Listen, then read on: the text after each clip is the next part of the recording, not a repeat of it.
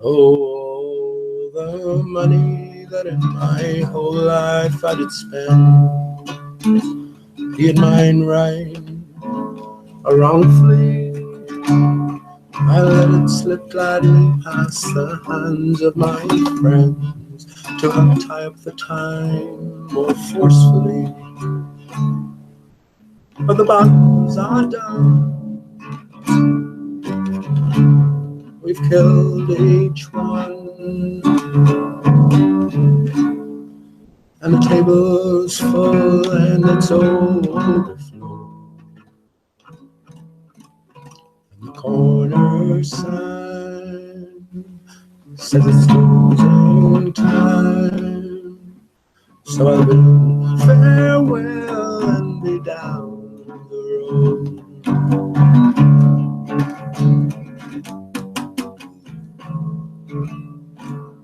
Oh, every girl that ever I've touched, I did not do it harmfully, and every girl that ever I've heard, I did not do it knowingly.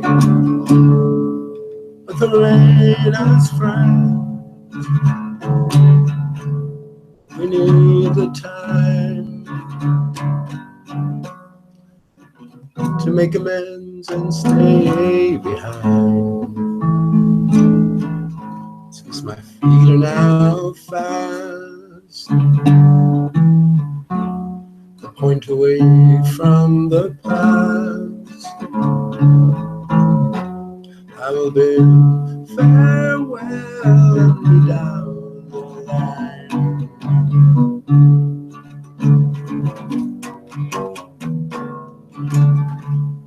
Oh, every foe that ever I faced, the cause was there before we came, and every cause that ever I fought it full without regret or shame. But the dark does die as the curtain is drawn, and somebody's eyes must meet the dawn. And if I see the day, I'd only have to stay. So I'll bid farewell and the night can be gone.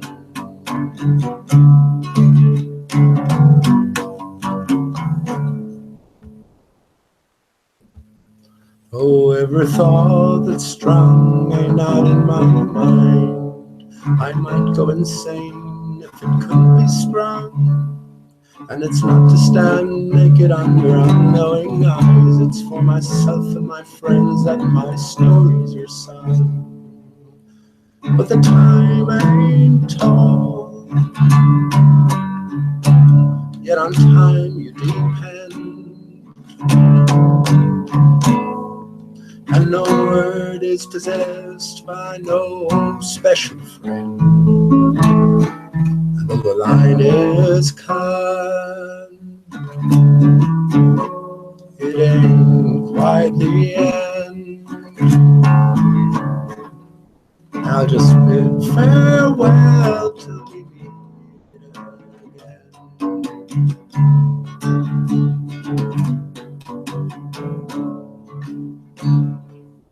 Oh, a false clock tries to take out my time, to disgrace, distract, and bother me. And the dirt of gossip blows into my face, and the dust of rumors covers me. But if the arrow is straight, and the point is slain, it can pierce through dust, no matter how thick. So I'll make my stand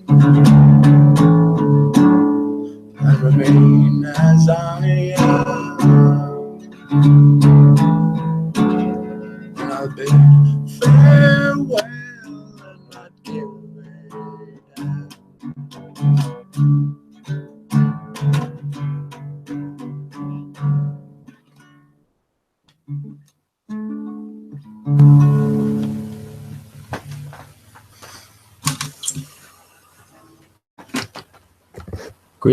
Greetings, friends. That's Restless Farewell, Bob Dylan. I think 1963 or something like that, maybe 50 odd years ago, 54, 55 years ago. Great song. I can't remember which album it's on. I think it's, let me check that up actually. Restless Farewell. I think it was The Times They Are Changing, which was album. Let me see if I'm right now. I think I've been through this before. Yeah, The Times They Are Changing. And great song. I realized later on that it's based on an old Irish traditional number called The Parting Glass, which is another great song. And he sort of developed the lyrics.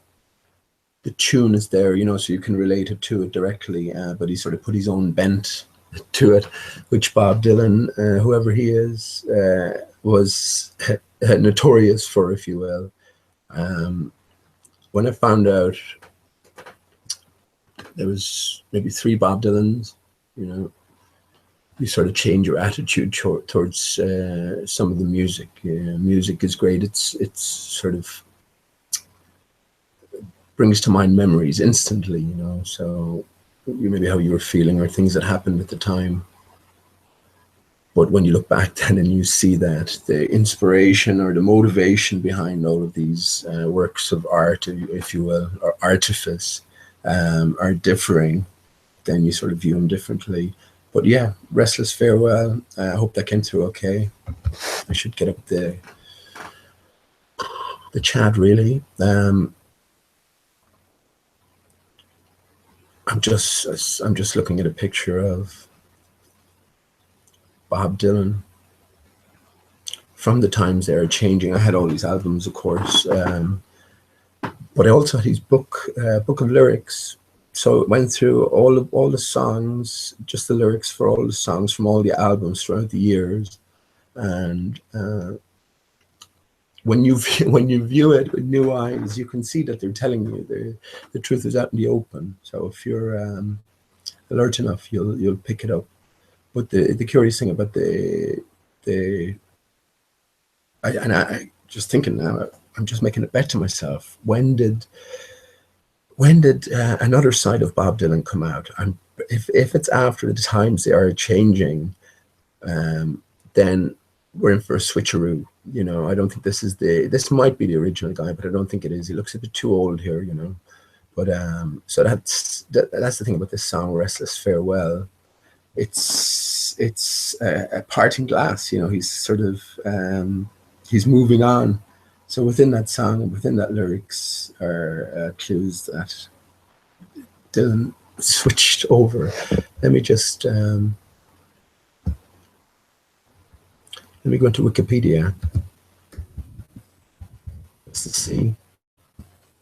So I'm betting that another side of Bob Dylan, and remember, Bob Dylan was superstar of his day, you know, worldwide. Bob Dylan was known and loved and put up on such a pedestal, you know, from the earliest of days, really. So it might seem like a big deal to some people, but this is all part of the sort of culture creation, steering side of things. And Dylan, of course, was he was a net. That's what he was. That's not to say that he was a she, but he was a net. He caught all the sort of the rebellious intellectual types, I'm guessing, like, you know, in a sort of a net of sorts, and kept them spinning. That's the best way to put it. And of course, there have been many books written about Dylan. One particular author, Paul something, he's just gone to such depths in terms of analysing each of Dylan's songs. But then, of course, I realised that he's part and parcel of the troupe as well. I can't remember what his name was. He's autobiographer, all this sort of stuff, you know. So he's the main sort of publicist for Dylan in that sense. But yeah, he spent years analysing, apparently from an independent sort of point of view, much of the lyrics in Dylan's mysterious portfolio, I guess. So yeah, so let me just read. So my bet is that after, let me just present this actually, because this is any Bob Dylan fans out here, this is cool. Better looking at me, isn't it?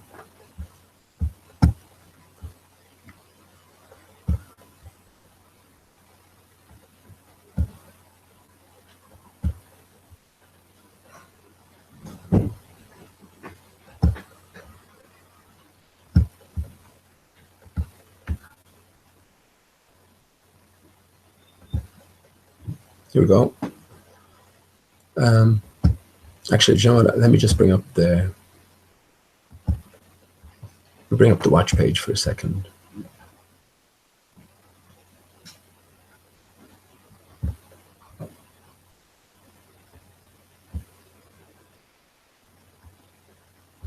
I just go into YouTube. That's what I do actually. Just click on live now.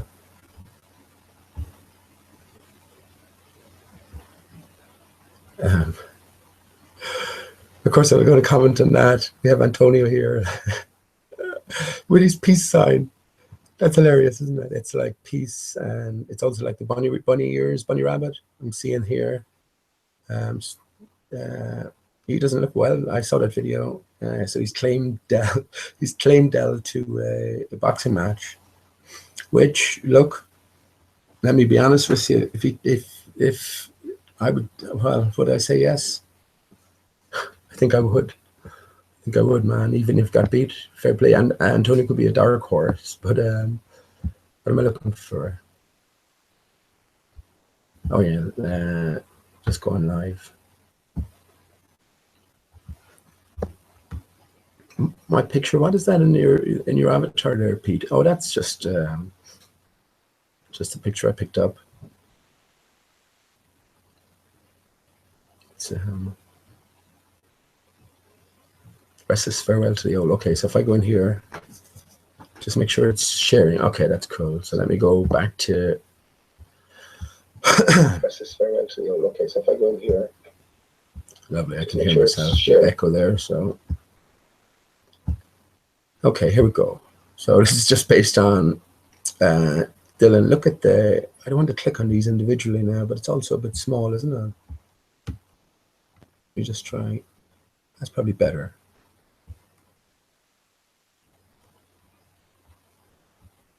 No, it's no good now, is it? Just here's the biggest example. Nashville Skyline. This guy is a different guy completely. He sounds completely different. New Morning. This is a different guy. You know, they're different. This guy now is the one that's still here at the helm. But look at this guy. You know, and I know. Look, this is only 1 year between this guy and this guy. And again, people don't change that drastically. We're dealing with show business here. And here's the thing about every cover. Yeah, pretty much every cover, you either have a photograph or a painting or something like that. You know, he's featured in pretty much every album cover in one form or another. It's just a theme, you know. Here's the original, I think. And then it might even be the original. Freewheeling. That's the original. So yeah, I'm thinking this is the original. And then that's what I wanted to get to, which was, this is just a by the way anyway. I wanted to just see if another side of Bob Dylan came out after the time. spot on, Shay. Definitely. Look, at times they were changing, and then we have another side of Bob Dylan. And this is all about "Restless Farewell" and the lyrics, and it's sort of his parting shot, if you will, at whatever he's part of. Bob Dylan has his biography out. I think we're still waiting for the next segment, but I haven't thought about this in years now. So I'm going from memory, and a lot of the stuff I'm talking about. But yeah, he tells his story within the change lyrics, and again, it's based on the parting glass. Any of the Irish out there, I sang it the last time as well. So it's based on that. And the parting glass is when you're leaving or when you're going somewhere. So that, that's a good thread, a good connection there. And I think in the last verse here, this is his stance. He's leaving the scene. Okay. So a new guy is coming in. So a false clock tries to take out my time. Now, that's interesting in a few different ways.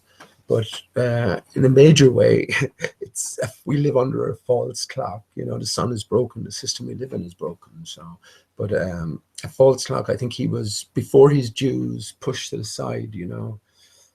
So who knows his motivations behind that? Was he pushed? Did he leave anyway because he didn't like the system?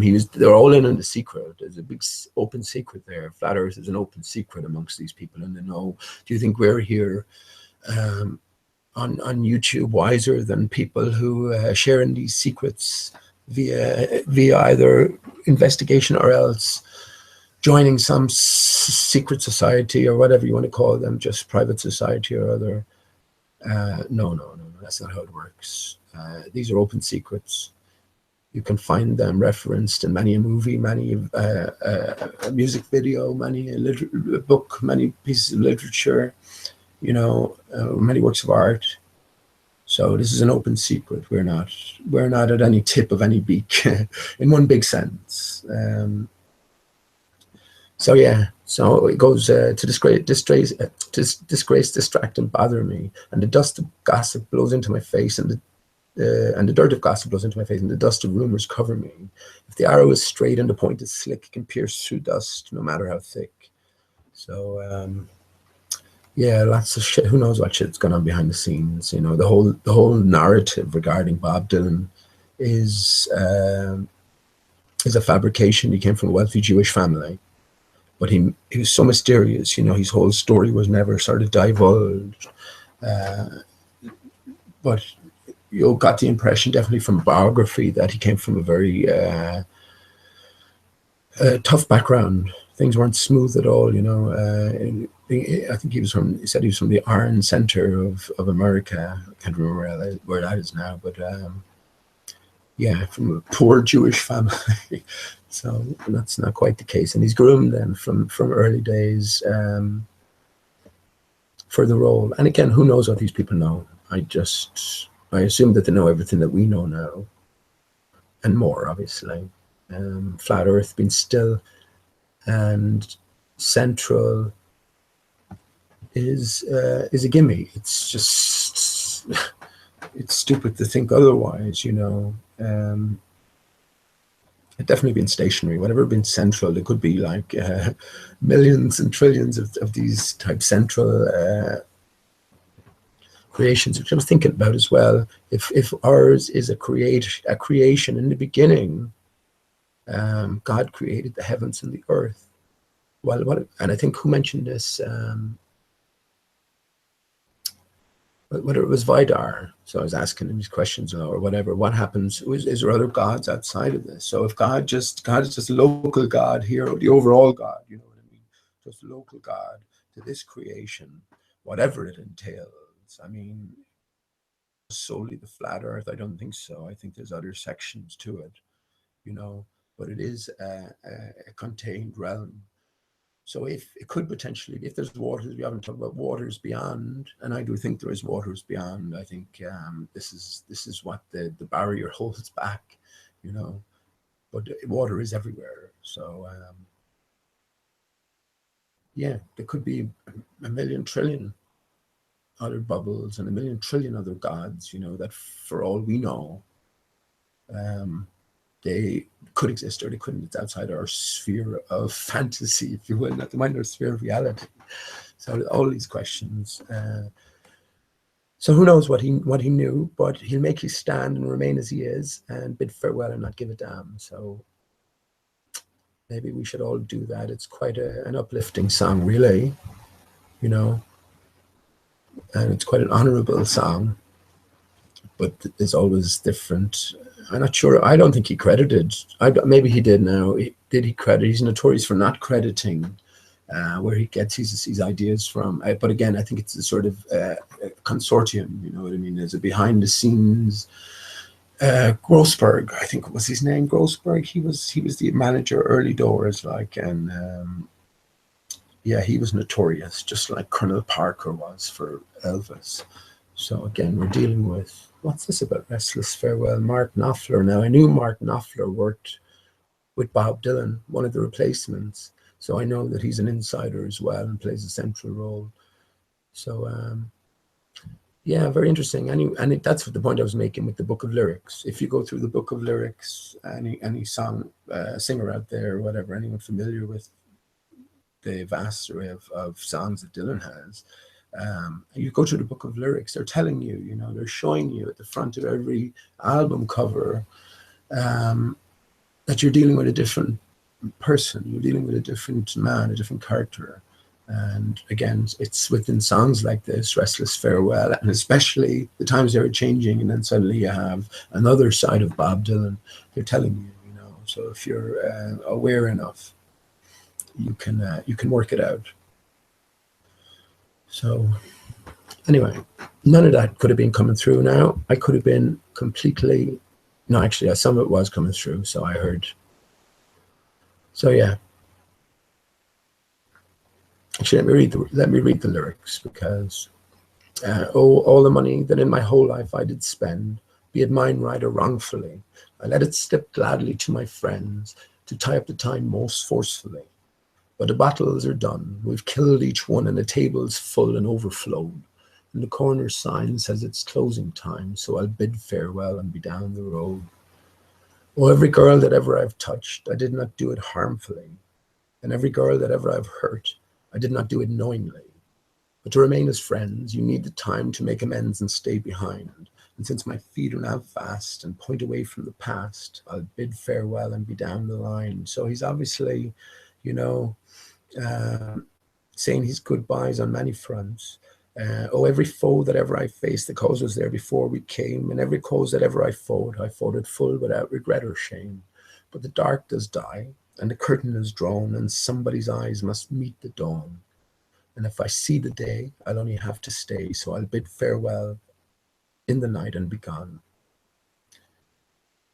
Oh, every thought that's strung and not in my mind, I might go insane if it couldn't be sprung. And it's not to stand naked under unknowing eyes, it's for myself and my friends, my stories are sung. But the time ain't tall, yet on time you depend, and no word is possessed by no special friend. And though the line is cut, it ain't quite the end. I'll just bid farewell till we meet again. And then the last verse. Oh, a false clock tries to tick out my time, to disgrace, distract, and bother me. And the dust of gossip blows into my face, and the dust of rumors covers me. And if the arrow is straight, and the point is slick, it can pierce through dust no matter how thick. So I'll make my stand and remain as I am, and I'll bid farewell and not give a damn. It's a fine way to go out, I suppose. I wonder how he's doing now. Did he go to Mars on one of the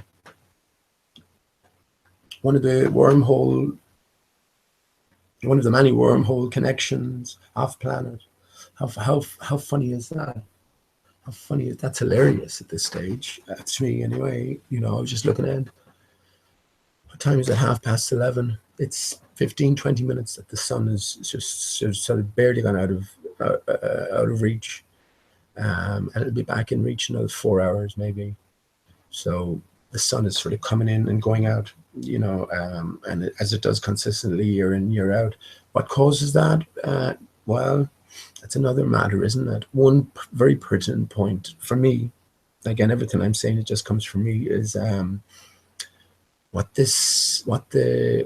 Jim, the retired ship's navigator, told me, is that the tides always surge to the north. So if we think about that in practical terms, surge from the north. If we think about that in practical terms, just get a visual on it. We know how the tide works locally wise. We have 2 tides a day. Well, on the coast here, I guess inland you wouldn't notice it so much. But 2 tides a day, which in some cases can be substantial. You know what I mean? This is trillions of tons of water. That's even locally, not to mind worldwide. So if that's all coming and going, coming from someplace and going someplace in a completely regular fashion, well then, because we are in a created realm, there has to be a mechanism behind it. And we don't necessarily have to understand the mechanism. And obviously a lot of things are outside our ability to understand. But the fact that, and I will take Jim's word for that over anyone else's, over any baller or any baller, any ball adherent, let's put it like that. I don't want to go about insulting people needlessly. I will take that over any ball adherent and any flat earther, because Jim himself had absolutely no reason to lie. He was, in the brief conversations we've had about flat earth, over a pint. He was a complete ball adherent. So his testimony would have counted for a whole hell of a lot. He spent his life at sea, but some of the questions that were posed to him, you could tell that he just had never considered it, and I think that is the case in lots of people who have experience in an area where you should be able to discern this flat earth truth over others, like pilots I've talked about already. I had an hour-long conversation with 2 pilots recently who were just a chance meeting, who were in for a bit of dinner at one of the local pubs here overlooking the river. And again, I took him to be honest, and it was a good conversation. There was no, it wasn't like talking to bold adherents here, where you just have constant bickering and knocking and constant antagonism. It wasn't that way, and it was very enlightening. And as I said, maybe not on here, but on a different format, those 2 pilots, pilot and a co-pilot, they went back to America the next day thinking about flat earth, because I gave them cause. And what I will take from this, more over anything else, what I will take from the conversation is when I was asking him, did he constantly have to drop the nose, to account for the curvature, the constant curvature of the earth, to maintain a fixed distance from the ground? And he said, no. He said, you never encountered that. Never encountered. So let me, is it globe? Actually, I want to talk about the apple as well in a bit. So you never encountered this sort of, actually, let me put on my camera.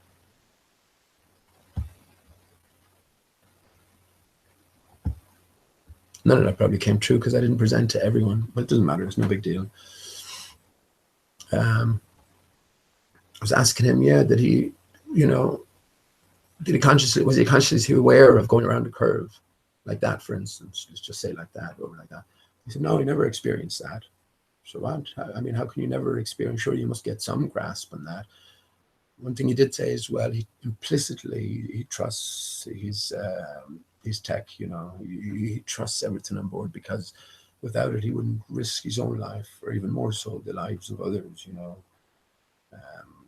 So this is part and parcel of it, isn't it? Just an adherence to, and again, when you combine that with just a consistent education, a miseducation, if you will. It's one of those accepted truths that you don't need to go near, if you're into that area of consideration, well, then we'll send you to the end of the universe. We'll get you to ride on light beams and spaghettify you as you make your way through black holes and brown dwarves, through through wormholes and time dilations. This is where we'll have you going. And then once your brain is there, you just do what you do. Trust yourself, obviously, to some degree, to the big degree, but also trust us. So again, he never talked about experiencing this sort of curvature. He did talk about experiencing this sort of curvature, right? Now, why would you do that? This is a constant thing, right? So is it to fool the pilots into thinking that it's curvature? That doesn't work on a flat plane. The only reason the shortest distance between 2 points on a flat plane is a straight line. Now, why would I go in my car in a curved route if I could go in a straight route? Okay, there's no point in taking a curved route from an airliner's point of view. You want to get, unless for the purpose of deception, but in general, you want to just, fuck, there it is. I want to go there. Now, why this curvature? We can think about winds, trade winds, or something like that. But you have all manner of different departure to arrival points. So I don't think that would play too much. If there is a local trade wind, well, grand, you can take that, but you won't go too much out of your way. It won't make that much of a difference, I should think, in most cases. So yeah, the only reason I can think that they do that then is to fool the pilots into thinking they're maneuvering curvature. Most pilots take it. Can most pilots know the Earth is flat? Surely there must be pilots who kind of,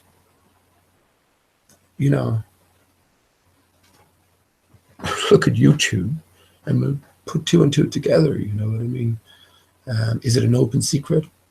Are most pilots Masons? If they are, it's an open secret.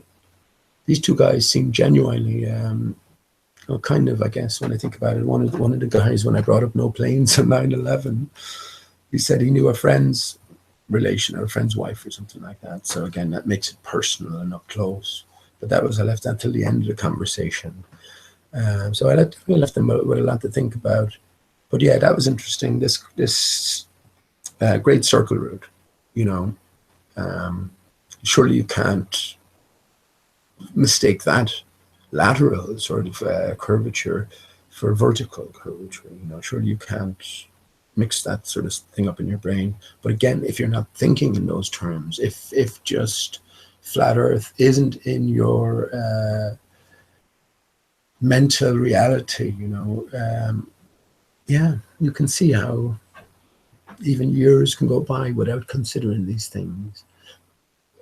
You just write it off as, you don't even consider it, just the Earth is a globe and that's it, that's that. But here's the thing, once you do start considering it, as we all know as flat earthers, and again, labels, fuck labels, but I mean, that's just a convenience to say that. Yeah, we know that once you take it seriously and look into it, you can't but help become a flat earther. I've been thinking 99%, I was looking at Eric Dubé's 200 Clues earlier on, just by chance. I've seen them. I'm sure I've seen them before, but they're excellent. There might be a point to raise about an argument to raise about each and every one of the different points raised, but it's only, again, when you have a cumulative evidence, it needs to all be wrong, instead of all supporting the initial notion that the Earth is flat and stationary. So again, this is an open secret. This is plain as the nose on your face. So therefore, anyone who denies this after certainly this amount of time has to be viewed on as an actor, I think. So there's no other way. You can't help but do it. I know Anthony Riley, and I do like Anthony. I think he's an honest man, and he's pissed off at Mike West. He's pissed off at him for the blatancy in his preposterousness, I guess, and that's what it is. And he doesn't quite grasp that he's dealing with an actor, character, agent, whatever you want to call them, as a man who's playing a role. And, again, they were only speaking for a half an hour. And I listened to it. Everyone should listen to it, but numerous difficulties came up. And the thing you find with all of these antagonists, all of these ball adherents, or feigned, I'm going to say feigned ball adherents, is that they have to make excuses every time. They have to make special cases every time, outside of the realm of common sense and common experience. And they can never give an inch, never, ever. They can never accept that one aspect of investigation, or one good objection is made from flat Earth. They can never do that, and that gives the game away. They're far too intelligent, most of them, to hold this obnoxious position, because flat Earth is not only it is a reality. Even if it wasn't a reality, there's so much evidence is there to merit fundamental and exhaustive investigation into the possibility, especially in this modern day and age. You can't just go, well, they sorted it out years ago, so that's grand. You can't just go, we've moved on to different aspects of the far-flung universe now. No, you can't just do that, because there's so many points up for serious consideration. And again, it's no longer up for consideration for a lot of us anymore. It's just a gimme, the Earth is flat and stationary, at least locally. Beyond a certain stage, can't say, we just can't say, but locally we can. And Eric Dubé's proof's excellent. Doesn't matter what I think Eric Dubé is Rick Clay. What can I say? I'd be interested to see a sort of a comparison side by side, do computer comparison, one of these special programs that's there, what sort of percentage it would return. It returned 94% for Charles Manson, the George Bush Jr. Now, if I put two pictures of myself in, you're not going to get 94%, you're going to get 90-odd%. So to get 94%, it's a virtual certainty, I'm thinking something similar will happen with Rick Clay and Eric Dubé. And again, there's these similarities there, even in the names, you know what I mean? So it's not as big a secret as we might like to think it is, and that's what I say. I mean, we have to be aware that there is a greater game going on. I was thinking earlier on about the second coming. What could that mean? Jesus is the Son. So what could it mean if there was a second coming expected? Well, it could mean a few things, couldn't it? To take everything literally is the height of folly, I think, anyway. But I was just talking about anyway, get back to that. I was just talking about the pilots.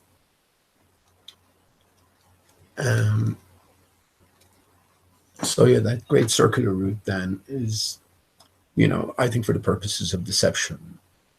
And again, it could be added things. You're just following the sun and the path the sun as the sun traverses around. It disturbs the air, or the water in the air, more specifically below it. So it creates these weather patterns, and of course you can take advantage of these wind flows. And this is what they say, often what causes the wind. This is what causes the wind. Remember, this water is everywhere. As you go up, it's not that like above the clouds there's no water. It's just water of a different form, and it's different form all the way up, until you get to the very top where you have your barrier. And I do think there's something holding back the barrier. This is where the apple comes in. So if you have a plane through the center, then you have a barrier going all the way around. It's like the fleur-de-lis. Let me get up the fleur-de-lis. That's what I wanted to. I'm sure I can do that in a minute. But so once you're dealing with that, we have to sort of redefine terms. Everything is sort of listed. and broken down into its component parts, ever smaller and smaller, until now you get lost in quarks and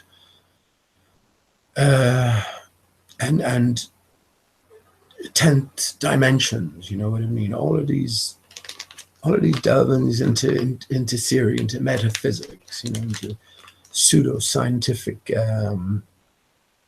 postulation. Back to fundamentals again. You have an ether, so this is what is holding back the barrier, and this is where the bite in the apple comes in. It's broken. We live in a broken system. Something happened which destroyed the natural functioning of the system we're in, of the realm we're in. Now, whether we're in one bubble, some invader from a different bubble came along, or whether it was sort of something within, rebellion from within, I think it might have been, the whole of the earth was inhabited, and many different life forms. I think it's, it's the complete opposite from what science tells us. Many different life forms exist in many different varieties and many different locations. And I think that maybe the attackers came from underground, reptilians. I don't know. That's something that has to be seriously considered, I think. You know what I mean? It seems clear to me that a story has been told in the Bible. I think the Bible is 400 odd years old. I think before anyone listens to me, before 420 years now I'm after coming out and saying that. So I think 420 years almost ago, that's when you had the inundation. That's when you had the destruction. So I think this story is told in the Bible. And again, the Bible to be taken absolutely literally, you're getting nowhere, but if you can interpret it in the right sense. And again, they've put Genesis 1 and Genesis 2 in, specifically, which are blatantly different stories. They're blatant contradictions. And I know the likes of Knowledge Scavenger, who calls me pea shooter, which is quite good, I think. Pea shooters just shoot little peas, just a little hindrance or an annoyance, but nothing to worry about. Well, that's fine, but these Bible literates would go to their death defending, each and every aspect of the Bible has been the true word of God. Well, who God? The true word of Lord God, it may be, But if Lord God is not all that he claims to be, well, what's the true word? And I'm not going to say this, in that sense. I'm asking the question, what does the true word of a liar mean? But again, Genesis 1 and Genesis 2, different stories. So we have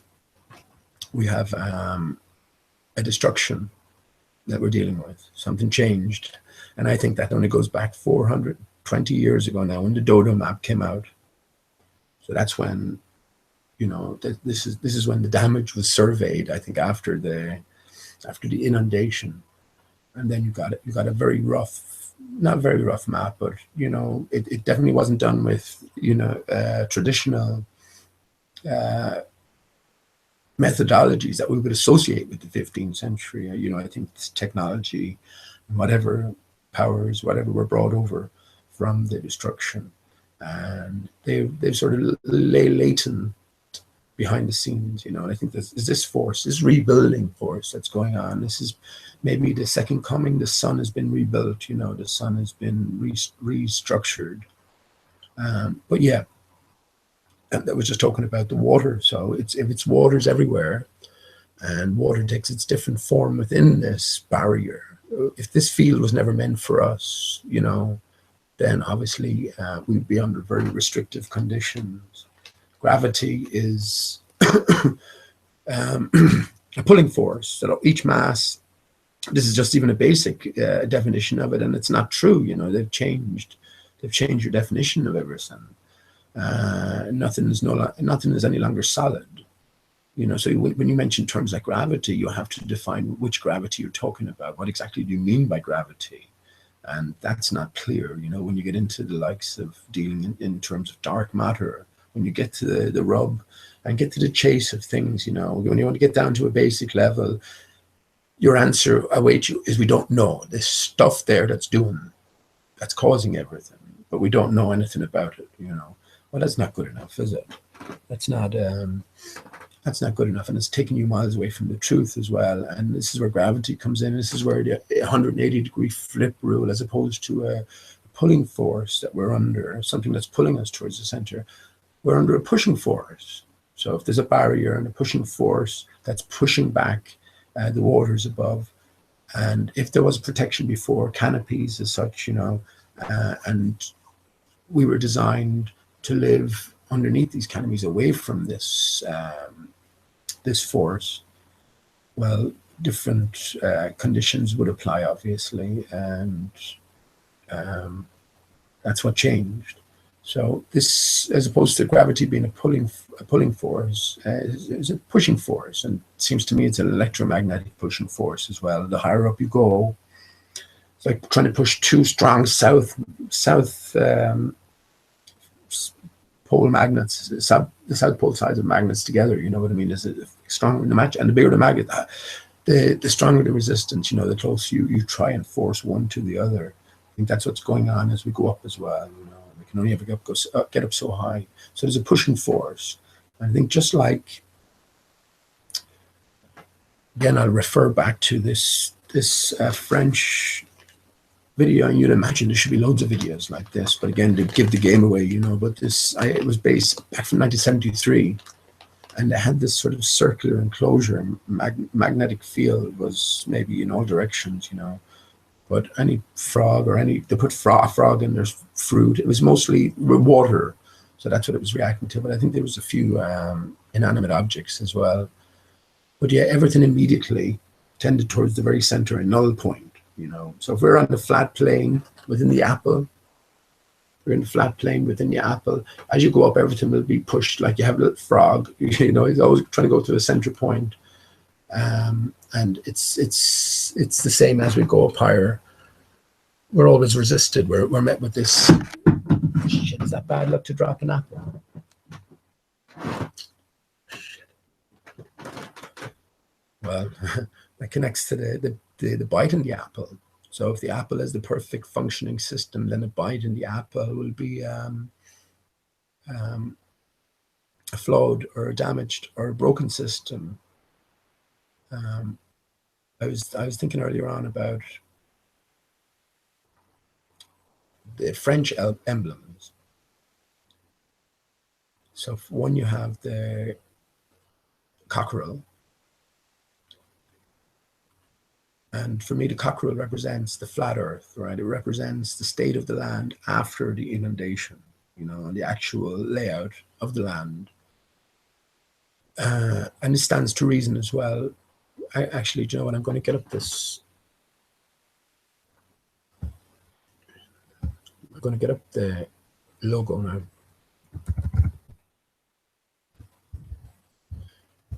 That's interesting. Just while I'm on the topic, here we go. Sorry, I'm going to have a look at the chat in a minute as well.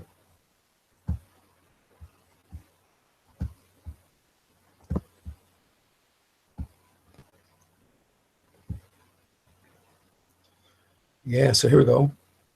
This is very interesting. So I think after the inundation, it was a sort of a big reset. Who knows whether the destroyers, did they hit and run? Did they come from below? This is the question. Like, are they? This is the question. What happened? What's going on here? These are the bigger questions. And are these people still in force? Whatever you want to call it, are these entities still in force? Was it man? It could have been man's destruction against their fellow man. Who knows what the exact circumstances were leading up to it. But I think every country, is aware, especially at top levels, and they encode it either into their own flags or into different symbols like this. Now you have the French Football Federation, FFF, which is 6 ABCDEFG 666, which for me refers to G. G looks like, the capital G looks like a 6, right? But G is a latecomer, a late insert into the English alphabet. So it's a sort of imposter in a sense. But so the FFF really relates to the GGG, which is the 666. So the cockerel, if you look at the Gleason's map, or a few of there's so many maps out there now, isn't there? Martin Liedtke was saying it to me. He got some sort of store of maps from somebody, and there's a huge collection of flat Earth maps. So there's another inundation going on. Maybe there'll be so many maps now you won't know which one to choose from. But I do think this is where the dodo comes in as well. But anyway, in a sort of an initial reading sense, the cockerel here represents the land masses as seen in Gleason's map, you know. And you have the North Star above, which plays a pivotal central role, whatever the North Star is. Interesting here, I noted, was the hexagonal border. I mentioned before about that I do take the idea of the honeycomb Earth seriously. So you have each patch like this is a local section, if you will, of a much greater, larger Earth. But each section is flat and stationary. You know, again, if it's magnetic fields that are happening, down would only be away from the direction that the field is pushing against. You know, so that could work on a sphere. You know, we can see that. So yeah, this honeycomb system, potentially 72 patches, 72 names for God, potentially 72 of these type patches, all meeting in the center. You know what I mean? And who knows what sort of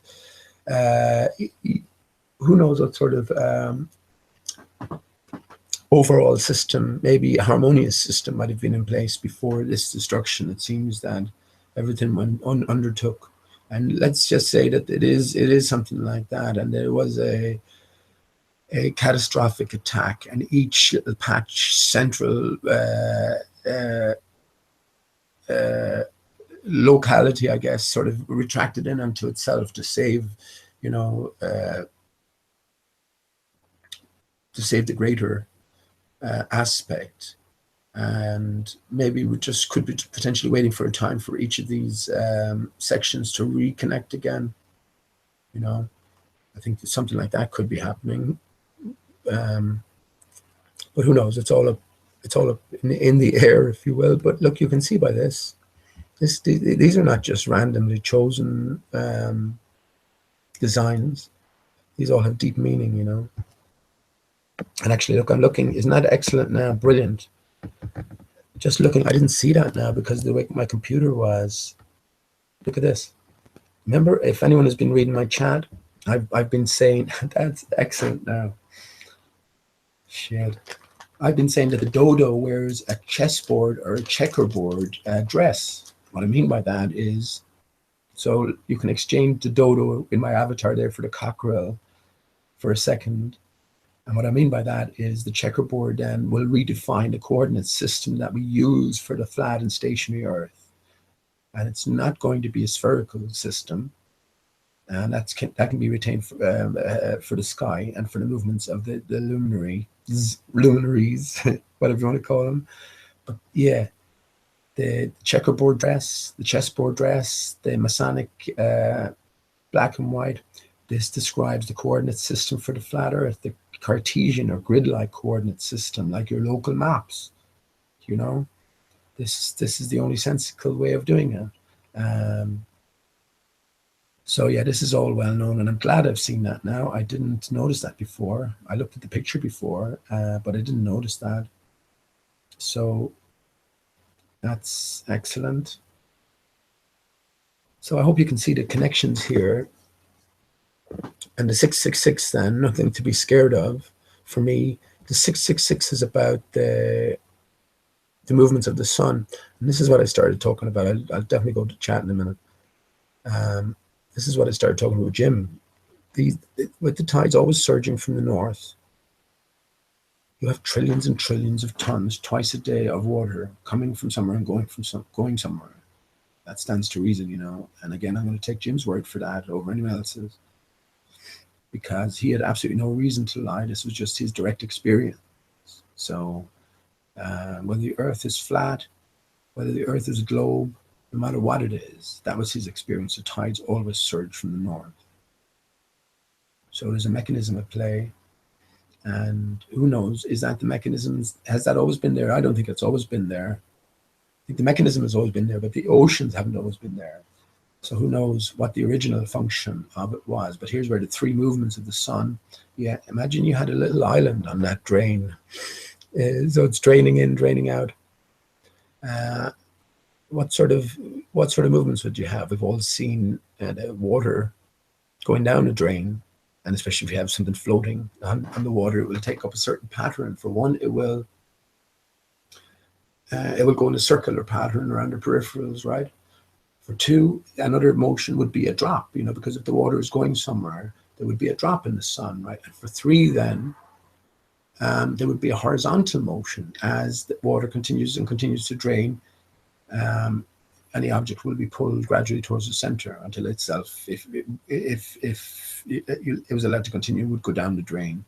So this is what I think the three 666 or FFF here references. You almost have the sun here at the bottom, don't you? As you can see, this is another thing I'm noticing. Again, everything is significant.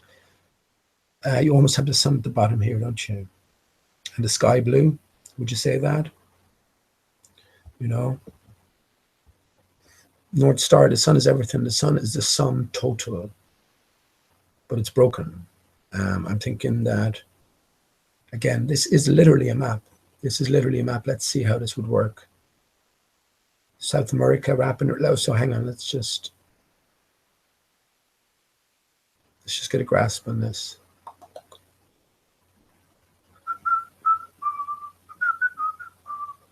I think South America could be either here as it wraps around North America. Now, I think, again, with the chessboard system, right, everything has to be sort of rearranged. The North Pole is in the center, so that's X marks the spot, and that's all it is an X, okay? So again, we have to try out our understanding of just throw out the spherical coordinate system as it applies to the flat Earth. We really have to do that. I mentioned this before about East and West, and I heard Eric Dubé talking about it in one of his clues as well, or one of his 200 proofs, which was excellent. I suppose all information goes into your mind. I don't particularly remember picking it up from there, but I'm sure I heard those clues, you know what I mean? So there's nothing new under the sun. And regarding, plagiarism, again, there's nothing new under the sun, but there's different combinations of music, different combinations of words, different combinations of thoughts that are completely unique. This is the idea. So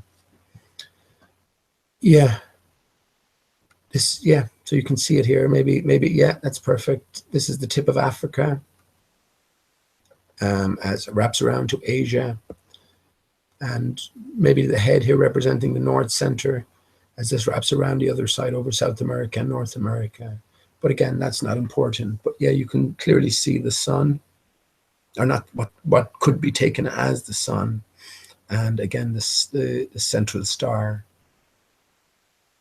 So yeah, with Jim's testimony there, you can see something like that at play. And of course, when you look into mythology, these things are and legend or all this sort of stuff, these things are talked about. There is talk about an island floating on water. There is talk about a whirlpool, massive whirlpool. There's talk about a magnetic center, So I think it's in these areas we have to go to more for our sort of direction and our way forward, So that's what I think the 666 refers to. And I'm glad I found this picture now, because this is brilliant, because I didn't see it even on the bottom. Look, it is literally if you exchange that French cockerel, I'm saying it represents the land masses on the flat Earth. That's what I'm saying. The dodo represents as well. So if you just exchange that dodo for the cockerel, it literally is wearing a chessboard dress, a checkerboard dress, which is what I have been saying to represent the grid-like coordinate system. Now, if you take east to west is right to left, okay? So let's just imagine the North Pole center on the chessboard, and you're here, wherever you are. Let's say you're in England. Let's say you're here. England's facing on its side as well, I believe, relative to Ireland. So we're looking at everything sort of arseways. And the Nile, so just the best way. So here's east side. So any traveling this way, crosswords will go east to west, vice versa for west to east along the rows. Columns then north to south, bottom to top, south to north, and vice versa down north to south. This makes absolute sense, and this is the dodo wearing the checkerboard dress. This is what it all refers to. It's not to be afeared of these things. Is again, it's the worst thing we can be doing. It's also satanic. Or it's associated with the most horrendous of practices or beliefs or the society as well. Of course, we all fell for that, but it makes more sense now, doesn't it? It's all about the sun. You can see it's all about a system that was in play, that is no longer in play, but maybe we're getting back to it. That's what 420 is about, And again, it will be the dodo, unless I'm mistaken now, and I'll have to look again because I heard a different figure mentioned. But this is from, if you want to call it official, Wikipedia. So Wikipedia is good for some information, but not good for others. You don't go searching false flags, hoaxes in Wikipedia. You won't get much. Many results, But for other information, it's good as you like, I think. So yeah, 1598, which will bring 420 years next year. And of course, listen, look what's happened since. None of this would have been possible. I was just thinking about this as well. None of this would have been possible even 15, 20 years ago, just without this level of technology. Just the numbers that have had access to this sort of information, that would have been impossible. So all of this timing is appropriate. We're living in the times we're living now because of design. It's a set script and a set narrative has been played out, and this is where I think 420 comes in. And 420, of course, is associated with happy times. And is that what we're in for? Who decides? Did we all decide to be part and parcel of this, unknown to our present selves? See, there's so many questions left unanswered. You see, this is the point. I'm glad I saw that checkerboard now. I'm really delighted with that. Because again, I've been saying it, it just occurred to me,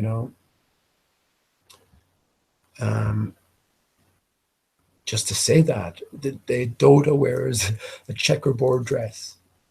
The Nile flows from east to west, Everything is laid out differently around the North Center. So yeah, so let me just go on to what I wanted to go on. So that describes the Earth, right? So France plays a big role here. And of course, that's not surprising as well. You have the Statue of Liberty, don't you? Who gave you the Statue of Liberty in America? See? Where did Princess Diana die? Where's the original Eiffel Tower? What was Napoleon doing in Egypt in the mid-1800s? This is a bigger project that's going on. The pyramids were faked. Ancient Middle East history was faked, I think. In our timeline, anyway. Again, if everything was different before 400 years ago, well, then everything was different. So there will be remains of these existences, but they'll be falsely attributed. You know what I mean? So everything about our history is fabricated in a sense that it's taken from a truth and twisted. So to throw out everything would be folly as well. There's so much to be learned from what they say. Even I'm thinking now, everything that they say, right? If we reverse it 180 degrees, so the Earth doesn't travel around the sun in an ellipse. The sun travels around the Earth in an ellipse. That ties in nicely as well with the dodo and the way he's fashioned. If we take the tip of the beak has been South America, and you have the continents wrapping around the north center, you know, it almost takes on the shape of an oval, you know, a rugby ball. I mentioned this as well on the cover of the economics magazine. Was an oval-shaped rugby ball with a sort of map of the Earth on it. And I know it was a Rugby World Cup as well, but yeah, that's another clue, you know. And of course, that cover was loaded with, The Economist was loaded with clues. It always is, you know. It's be interesting to go. I'd actually myself be interested to go back and even look at it from 2 years ago and just see what new ideas come to me. But yeah, the fleur de lis. Fleur de lis. So the legend, the English translation of fleur de lis, sometimes spelled fleur de lis, is a flower of the lily. This symbol depicting a stylized lily or a lotus flower has many meanings. Traditionally, it has been used to represent French loyalty, and in that sense, it is said to signify perfection, light, and life. Now, French royalty, what's going on there? What's so important about France? But actually, I should read up a bit more on what they have to say, but I just want to give my own take on it without any preconceived ideas. Just as the dodo represented the land, or the cockerel, if you want to say, the other French emblem, represented the land masses on a flat earth, the fleur de lis represents the dome, the ball, as I call it, the ball, because after the system was disturbed, if you will, everything changed. So we are living. So let me just let me cut to the chase here. This band in the center is the flat Earth, right? And this is sort of like a cross section through the barriers, the fleur de lis is. So just as the cockerel described the Earth, the fleur de lis describes the sky. So we have a central ball, if you will, a central area that's isolated from the areas that surround it. So if we can imagine this in 3D, like it wraps around, and this is a cut section through the center longitudinally, vertically. So yeah, we can see a double system, flat Earth in the center here, double system. Here's your contoured barrier wrapping all the way around the central barrier, protected barrier. And yeah, this is what I've said before as well, that the barrier, unlike the dome model, we've seen Mark Sargent with especially it's been in the news, his news recently as well, this model. He has a model maker that are selling stuff and all that sort of. So you see the model makers like the snow globe, you know, that doesn't work.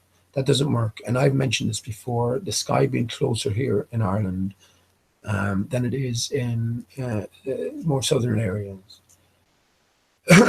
So this ties in with the fleur de lis. It rises at the north. It maximizes. I don't think the equator is a reality as well. It's a different system that's been played, but in and around, and then it sort of drops again around the peripheral. So I think this is what that's encoding. And you have to just use a little bit of visuals to sort of complete that in 360, you know. So it's a contoured barrier all the way around. And you have this North Pole protected center. Again, is it just a mirror, as above, so below? We have a perfectly functioning system beneath. That's another question, you know. Is this just one aspect of the honeycomb, you know, which is isolated and separated from the other aspects of the other patches? You know, that's a different question. But yeah, that's the way I see it. And you have the sun then traveling around. It's been projected from the north center here, and exactly how it's been projected, that's a different question. But again, we have these three separate movements, and yeah, again, the sun is broken. I think I know what the sun is, so that'll come at a different time as well, but it will make sense. Even if it's wrong, it makes sense because yeah, we have to accept we're in a broken system. So here's a better example, actually, isn't it? It's almost complete here. So yeah, it's like a chandelier almost, isn't it?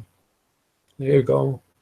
So again, important is to recognize that there is there is an isolated center, and the barrier rises up to a high point and then back down all the way around. So we're dealing with that type of contour. So if you have lights moving around this type of contour, this elliptical path, then, you know, you're going to see many different types of effect, as opposed to a planar surface. You know, if you have light, we know it. I've mentioned this before as well. We can intuitively grasp that a light is going to appear to behave differently if you shine it on a convex, a concave, or a planar surface. So we have to bear all these things in mind, and we must remember as well, if there is waters beyond that, any barrier that's there when a light is introduced will act like a perfect mirror. We know how water behaves. You know, when you introduce light into a puddle underground, it will act like a perfect mirror. You know, so these, you know, it's not out of our grasp to entertain these possibilities. You look into a still lake and see yourself in a perfect sense. You know, so so that's what I think. Yeah, the French. These are not just meaningless symbols. They're the most meaningful of symbols, and there's nothing more meaningful than describing the place we are and describing the system we're under. So I thought about this as well ages ago, maybe a couple of years ago at this stage, and then just slipped my mind, and then it came back into my mind as well, because, you know, you see it all over the place. You see it on doors here, you know, especially popular on doors and window designs and all this sort of stuff. So again, hidden in plain sight. So did I want to say anything more? Particularly, of course, lots more to say, but let me take a little break there and go into chat.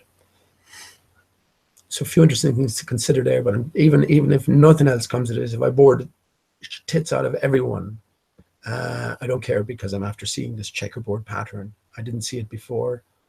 And again, the dodo wears a checkerboard or a chessboard dress. I've specifically wrote that. So to see this is good stuff. So let me go into chat. Actually, let me take a break for a minute.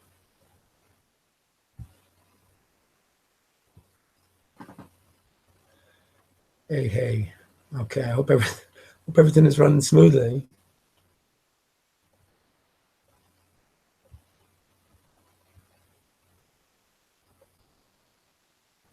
Nice. I'll say hello to a few people. I'm going to have a smoke then. You probably saw me. So I can take up the chat. That's even better, because I don't have to take up the space. Oh, no. I think it's coming through okay. I look a bit blurred though, so because I had to turn down the quality of the camera because I think it was sticking. So let me say hello to a few people and have a smoke then. So I'll just go to the top of chat. John Watson, how you doing? Spurs chemo. Spurs wants a wrench. Let me see how the chat is going. Spurs. You know how I feel about wrenches in general. Oh gosh, don't get me started on wrenches now.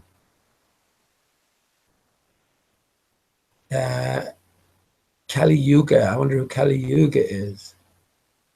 I'm going to have a closer look at your avatar, of course. Kali Yuga. That name rings a bell. How are you doing? Drain Man. How you doing, man?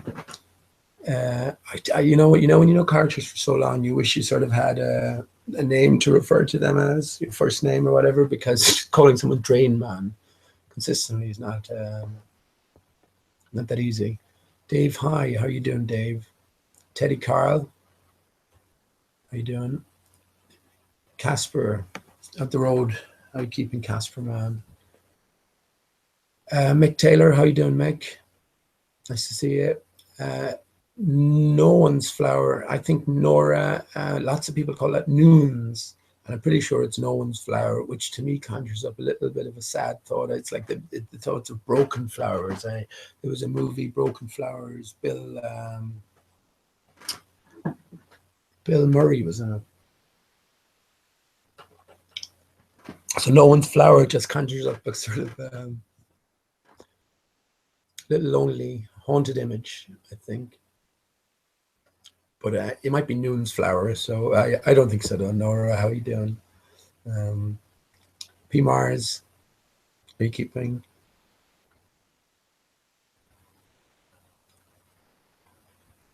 Okay, there's been plenty of chat. Lottie, how you doing, Lottie? You're welcome, Lottie. If you want a link, you're welcome to come on. Remember, you said you might be going for. I think you're meeting Spurs, isn't it?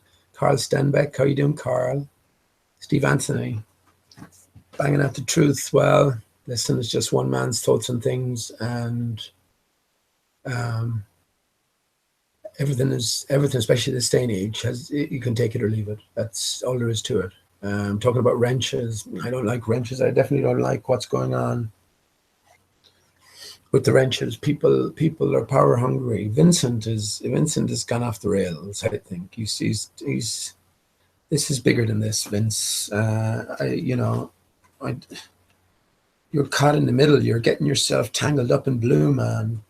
You know, how can you be friends with Antonio and be friends with IPS at the same time, and then be enemies with Dread, and then be friends with Dread, and then thinking you have authority because you have a wrench? I guess you do, and you can do what you like in your own channel, or when you're associated or affiliate with other channels who give you some authority. I guess it's the individual choice to be there or not, or even if it's not even the choice anymore, it's sort of whether you're allowed. You know, there seems to be this sort of gag that's put on expressing thoughts, controversial or otherwise. We live in controversial times, so that's censorship, and censorship is never good. Now, when you have people, see, we have to recognize the arena we're in as well. When you have people like P. Mars here, who just again and again come back with the same silly questions and don't answer any of the pertinent points that one has to raise. You know, this is not good. We don't need that type of stuff, P. Mars. So the way I look upon you is just, I guess, as a challenge. If you can't answer something, you should be man enough to come along and say you can't answer and be willing to change your perspective or point of view. But none of you are. None of you can give an inch. And this is a tell in itself. So it's, once I know I'm dealing with actors, then that's up to me, isn't it? If I take something seriously, or I take something to heart from these actors, that's more fool me then, isn't it? So yeah, thanks for coming along, all of you. Flat Earth Adam, how you doing? Tim is here. The Knobs Man, Tim Knobsman is here. How you doing, man? You know, I know what you're at as well, Tim. I understand, I think, in a grander sense, what's going on. And we have to be challenged. We have to be wakened and shaken out of our slumber. And the only way that's going to happen is if you are challenged, and sometimes to an extreme length. You know, it's like, again, I mentioned 9/11 encoded movie, Full Metal Jacket. But you see the grueling. Now we know that turned out, but just the idea, you see the grueling training that some people go through, and just the toll it takes. But you come out the other end, a different, stronger person. You know, more caring, more loving person. You know, not to compare anything with the war sense. And again, that's propaganda. That's propaganda. Dave J wouldn't be too far off when he talks about all wars being faked. You know, that's not to say there isn't real shit. There certainly is real shit, I'm sure of it. But it's grossly exaggerated to a gross level, you know. So okay, non-servium, how you doing? That sounds Latin to me. Just non-servium, I won't be serving anybody. Pure Matrix, how you doing? Cell Earther, nice to see you. And finally, Cool Master. Yeah, glad to see me on live. Thanks a lot, man. My voice is a bit hoarse there already. So that's probably a combination of smoke and just probably a little more smoke. So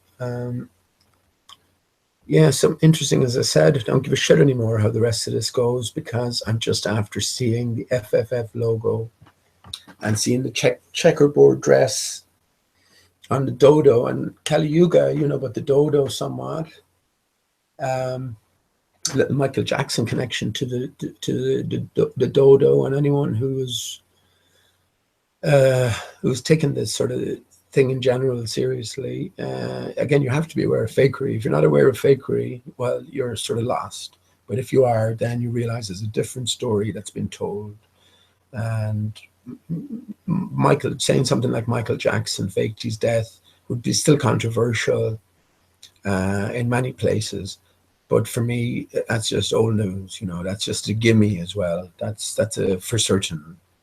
The bigger questions are who are we really dealing with when we say the words Michael Jackson, you know, and you know, is there something else that's going on behind the scenes? Michael Jackson played his own role in terms of 9/11 pre-programming with blood on the dance floor.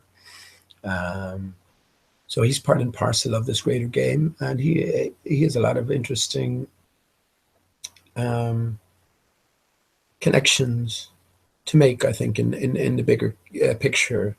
So apparently there was suspicion that Michael Jackson um, was not that he'd faked his death, that was well understood, but this character appeared, and I don't even know much about it. This character appeared called the Dodo, and the sort of clues, all roads led to Jackson anyway. And Michael Jackson being one of the biggest superstars in on the plane, you know, for him to pick that name, the Dodo, is significant in the extreme, you know, or potentially for him anyway. Again, this is where the suspicions lie. But when you combine that with um, Thom Yorke, like Thom Tum almost, isn't it? Tom Tum, Thom Yorke from Radiohead, and again another 9/11 connection. Their Kid A album, which was released in 2000, was the soundtrack to the 102-minute pre-prepared movie that was shown to us as live on television on the day itself. So that was the soundtrack. If you play both of those side by side, you have a perfect harmony in unison, and it goes beyond any level of coincidence. Um, yeah, and just to put the icing on the cake, in terms of certainly my view on 9/11, and that's coming from pretty much deep research. You know what I mean? This is absolutely satisfied that this is the case, which is that it was a media fakery extravaganza. So knowing that Radiohead had their part to play in that, song 10 in the Kid A album, my favorite song, I played it before. Later on, your sleeping pills help me get back to your arms. Cheap sex and sad films help me get where I belong. I think you're crazy, maybe. I think you're crazy, maybe. Stop sending letters when letters always get burned. He's telling you here, it's not like the movies. They fed us on little white lies. I think you're crazy, maybe. I think you're crazy, maybe. And that's where they ended it in the album. But here's the last verse, and that's really part of it, which again, it's revealing. Beautiful angels torn apart at birth,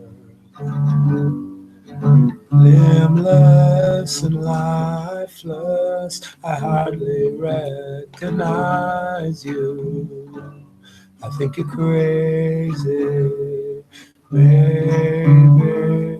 I think you're crazy, maybe. I will see you in the next life.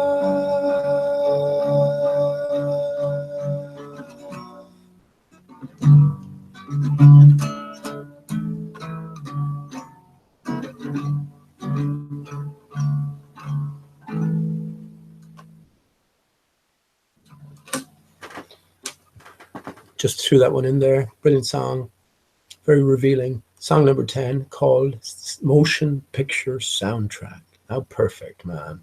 So again, this is all here for us to pick up on, if we're so inclined and so led. And I'm not talking about being said and led. If an idea comes on across your plate and you have interest in the notion, then you're free to take it further. If you don't, obviously, then you're free to leave it behind. Um, this is just a guy here talking. That's all. That's all it is. But I knew that connection, so that's pretty intimate connection. So definitely insiders. And when I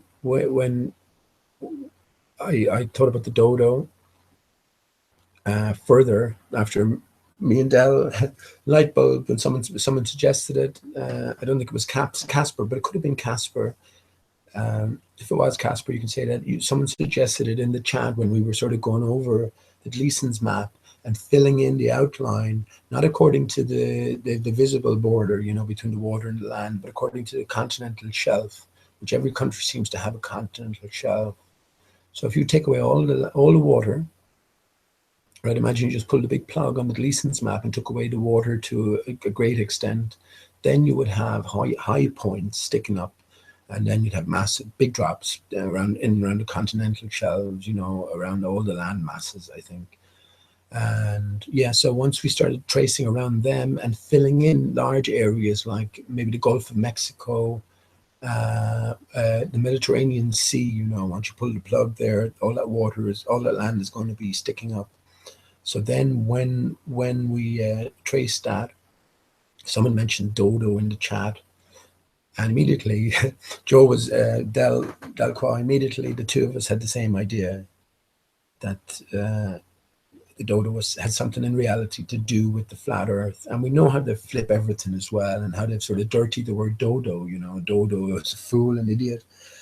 So yeah, so anyway, Radiohead and dodo, just typed it in, and much to my now that I making that Michael Jackson connection as well, what's the chances that Tom York, who were an insider band regarding the events in New York, and much else, what's the chances that his nickname as a boy given to him by his brother was Dodo? And that's absolutely cool, So there's obviously more to this than that. And another interesting part was the salamander. It also mentioned, I have the link there, it also mentioned and salamander. So that was a bit of a strange thing to say. He was called Dodo in school and salamander. Well, if Dodo refers to the flat earth land mass arrangement, again, a Dodo with a dress, then what does salamander refer to? Well, a salamander, like I was talking about in the Fleur de Lis, a salamander will sacrifice an extremity to save the cores, to save the beating center, And like I talked about the Fleur de Lis and the ball, at one stage it was a functional system, a harmonious, unified system. So then shit happened, and it became a two barrier system, if you will. We have the north center protected from what's going on outside, which is where we find ourselves. And yeah, that connection to the salamander then makes sense, So the extremity was sacrificed, or something was sacrificed to save the beating heart center. So yeah, that's Tom York. So what are the chances of two of the biggest music stars on earth having this connection, Dodo connection? So one is proven, well, not proven. One is listed, like Tom York's nickname as a child was Dodo. The other thing about Michael Jackson, well, let me post that link. That's not proven, that's suspected. But of course, you're going to all the ballers in the chat are going, fuck's sake, Michael Jackson died, and under those circumstances, all the anti-conspiracy crew, all of the status quotitioners, I call them. But sure, again, we know what they are. They're not silly. They're not stupid, but they have to. What gives their game away? They have to defend every aspect of the ball. They can't give an inch. So you know you're not dealing with genuine people. So if you look upon it, as I said, as a sort of a stone, if you will, a sharpening tool for your own wits, then you'll do well. Yeah, you'll do well. And don't take them too seriously. They'll try everything they can. So I'm going to just post a link. Actually, let me read it. I'm going to post the link and let me read it, and then I'll have a cigarette break.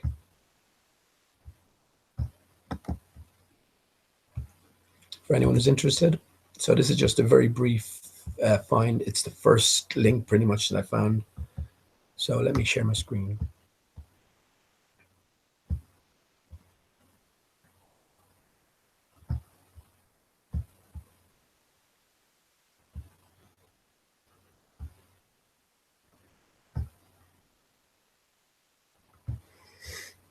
So it says, just briefly, it says the Five Alive dodo bird has been a major talk online as well as Facebook and Twitter. The dodo has some weird posts and tweets that really made me and the rest of the world wonder. I don't know anything about this now. I notice most of the fans have an inkling of this being Michael Jackson. The dodo seems to be very talkative with one member on the fan page, Dan Barrett, almost like a parrot, isn't it? Dan Parrott. Who also has 3 Facebook pages himself. Is he actually friends with the dodo, Michael Jackson? Would put both the Facebook post and the tweet. What's this about? Would put. Oh yeah, would put. I would put both the Facebook posts and tweets, but they're actually the same on both sides. Oh, I would put them in the, okay. So check out some of these things. Okay, so alive dodo. Ready for takeoff on a grand adventure, wondering where it'll lead. So actually, you know, I'm looking at these for the first time now, reading them. But just like the story of the dodo, everything is encoded, right? So everything has been specifically picked to have a certain meaning. The dates, the narrative itself, and the associations, the death, whatever. So it's the same with these texts. You can be sure that there's a deeper meaning behind it. So actually what I'm looking for, when I think about it anyway, ready to take off on a grand adventure, wondering where it'll lead, right? Alice in Wonderland. I mentioned Alice in Wonderland before in connection with Mark Sargent, and a great grand adventure, like almost a magical mystery tour, okay, is coming. So this one is coming to America this weekend. Is Dancing for Justice, okay? Happy New Year. And here's to one full of life, fun dance, song, and juice. Okay, I love you all. See, I don't know anything about this. So here we go. Oh, look at this. I didn't see this. 5 Alive, I'm still alive. Why would it say 5 Alive, dodo? So I'm going to examine that in a minute. I'm alive. So what's going on here? Quincy Jones, no, Michael Jackson's whereabouts, just a thought. So look at this here. Dodo was born to dance again, 2010, to dance. When did the dodo stop dancing? 2009, perhaps? So here we go to dodo, Mauritius. I think Mauritius is important as well. When you look into St. Maurice, and we also need to look into Mauritius itself. No, Mauritius could be a gateway. And look, I'm just looking at the dodo here. He has a dodo, it's like an ostrich sticking his head up out of the ground. So it says born in Mauritius at 1611. That date is wrong.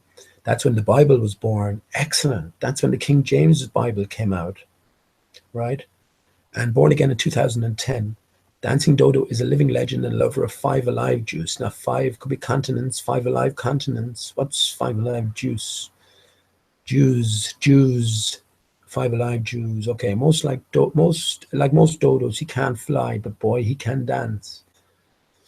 Okay, this guy had 900 followers and all of these tweets. And look at the number listed, 33. Okay, there's surely a 9/11 in here somewhere. Not to worry about that. And here we go then. The dodo now posts a picture of Michael Jackson in the window behind him. Could that be another sign? So there's a picture of Michael Jackson here. Look, and you have a picture of the dodo. This is getting a bit too easy, isn't it? Quincy. So he made reference to it. Could Quincy Jones? I'm not sure who Quincy Jones is. I'm sure it's a fairly famous music producer, right? A dodo in a train station. Street is J. Jackson. Another clue. Gosh, I'm alive. Done fired in 5. This is excellent, isn't it? Do you know what I mean? So I'm just reading this for the first time. Not, I know about the link, and all I needed to know that there was that connection. But these postings are particularly interesting, isn't it? I'm looking for a 420. I wonder will I find if I find a 420, I'll go crazy. If I look in there now, maybe see a 420. I'm looking for a 420, and Mum Millennium posted a link the other evening to a cartoon involving the dodo, which was Porky in Wacky Land. And it was all about Porky seeking out a dodo for a substantial reward. And the reward, Mum, if you remember that, if you're listening, the reward was four followed by X number of zeros. And actually on the page, on the front page in the cartoon itself, this headline came up, offering reward for the capture of the last dodo. And the newspaper in the cartoon itself was called The Globe. So that's funny in itself. But then again, you had 4 followed by something like 10 zeros, as reward. And then it had PS, add X number of other zeros. And I was thinking, if there was 22 zeros there, or 20 zeros there, I would hit the roof. Now I'm thinking there might have been 20. Did I think was I looking for 21 zeros and there was only 20? But whatever, I took it that it was 21 when there was maybe 20. I could have mistaken that. I'll have to look at that again now. Because if there was 20 zeros there, that would be just hilarious. Then that's a 420, another 420 connection. And again, I think it's intricately connected with the dodo. So that's just a Jackson link there. And again, listen, you can put these down to all down to happenstance and chance. I ain't buying it. Not a chance, man. I ain't buying it. There's a greater game going on here, and the chances of that alone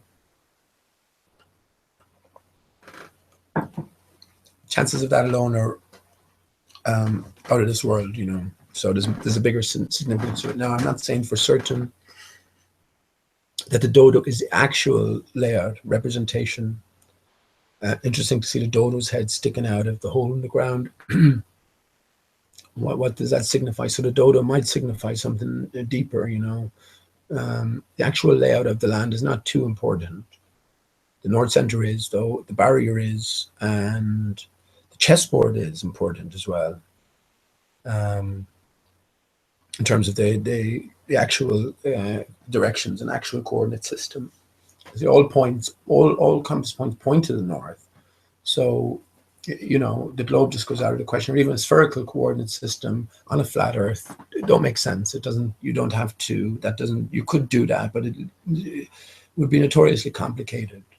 So again, the grid, just like all your local ordnance maps, laid out in grid fashion. This is how it works, right? So, when we're looking east as well, this is exactly it. When you're pointing east, you're pointing a straight line. This is what you're doing in reality. You're pointing a straight line.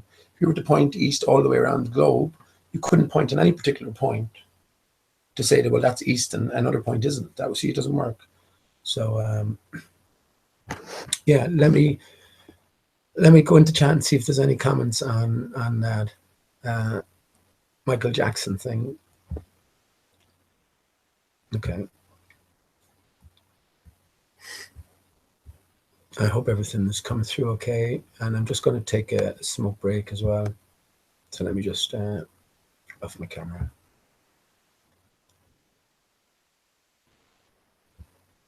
Actually, I'll bring up the chat and I'll read it from...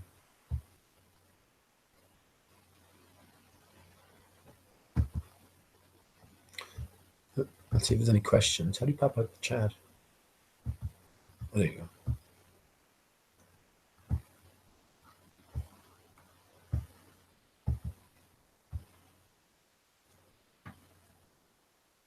Hey, Chow Young Cat, how you doing, man? We had a brief conversation in chat today about the moon, and that very interesting,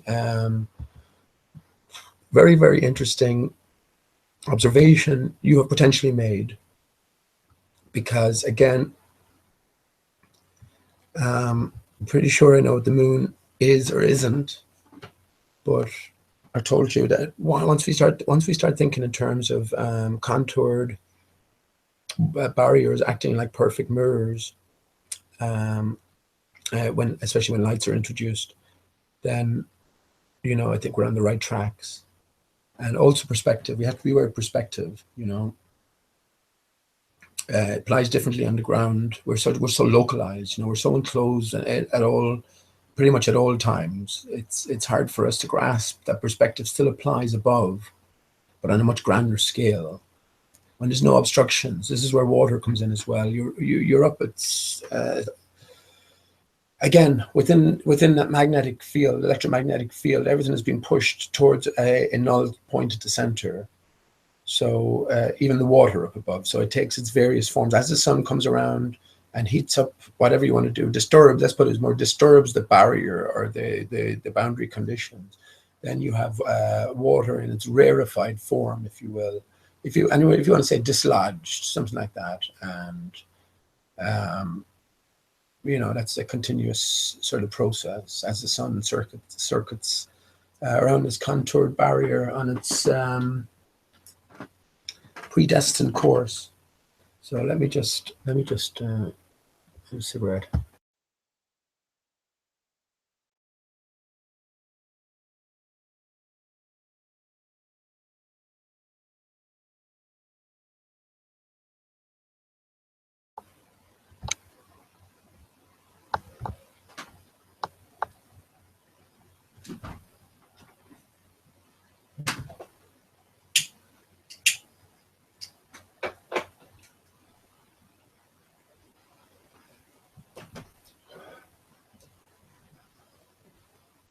I do.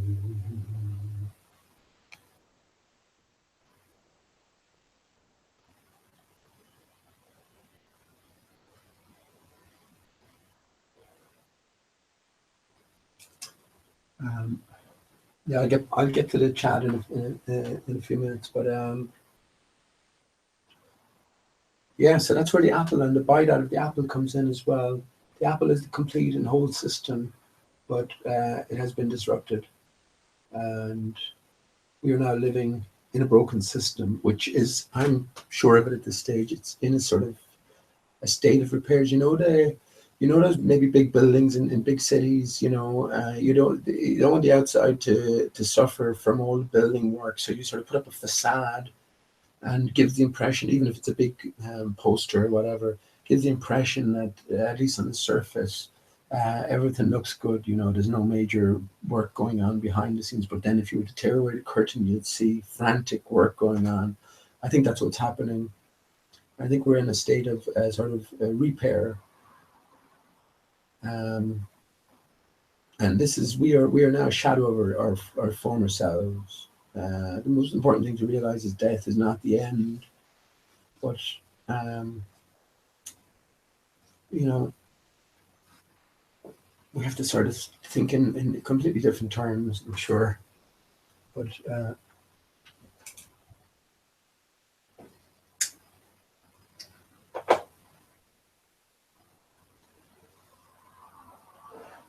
that's what I was talking about at the start.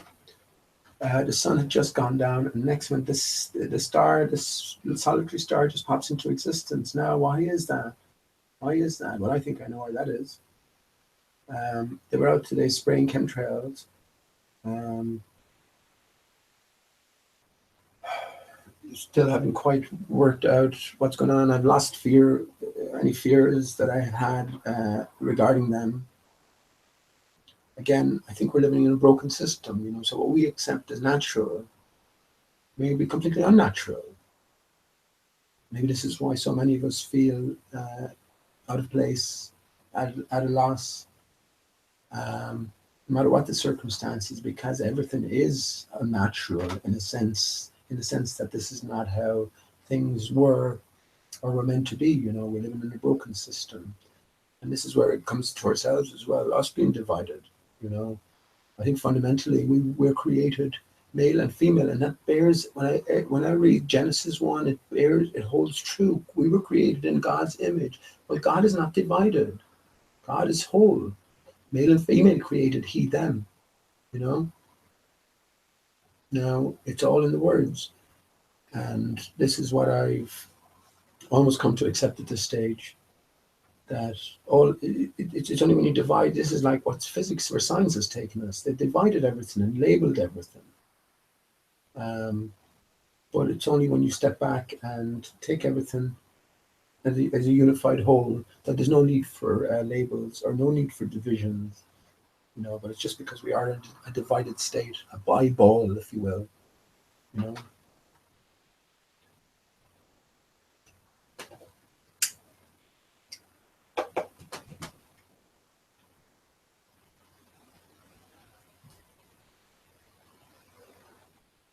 I prefer to talk about these type of speculations. You see. Um,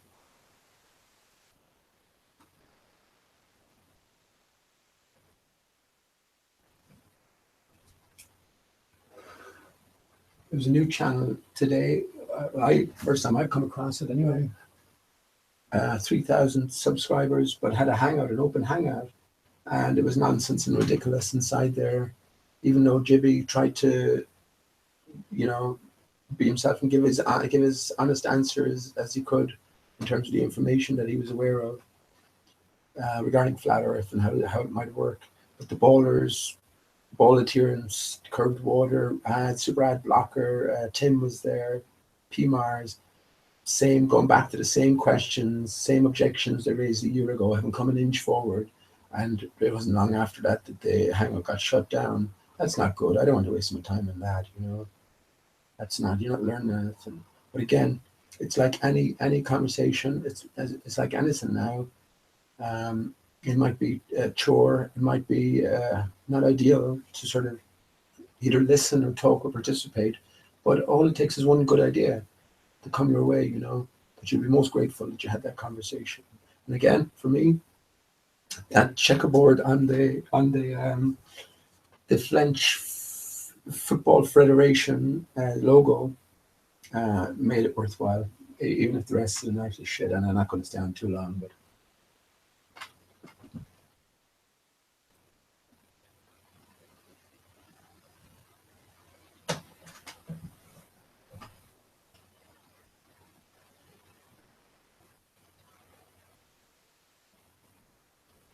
Mm.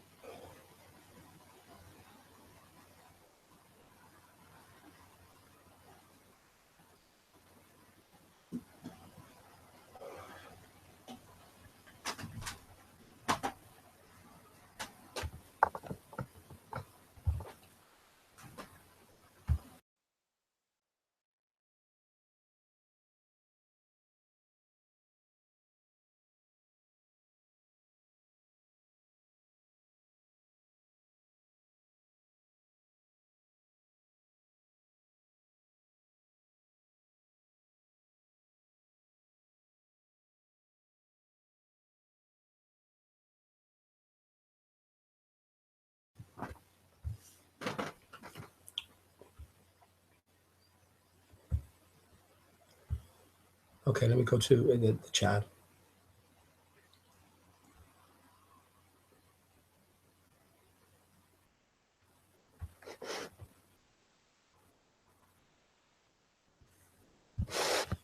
Okay, so I'll just start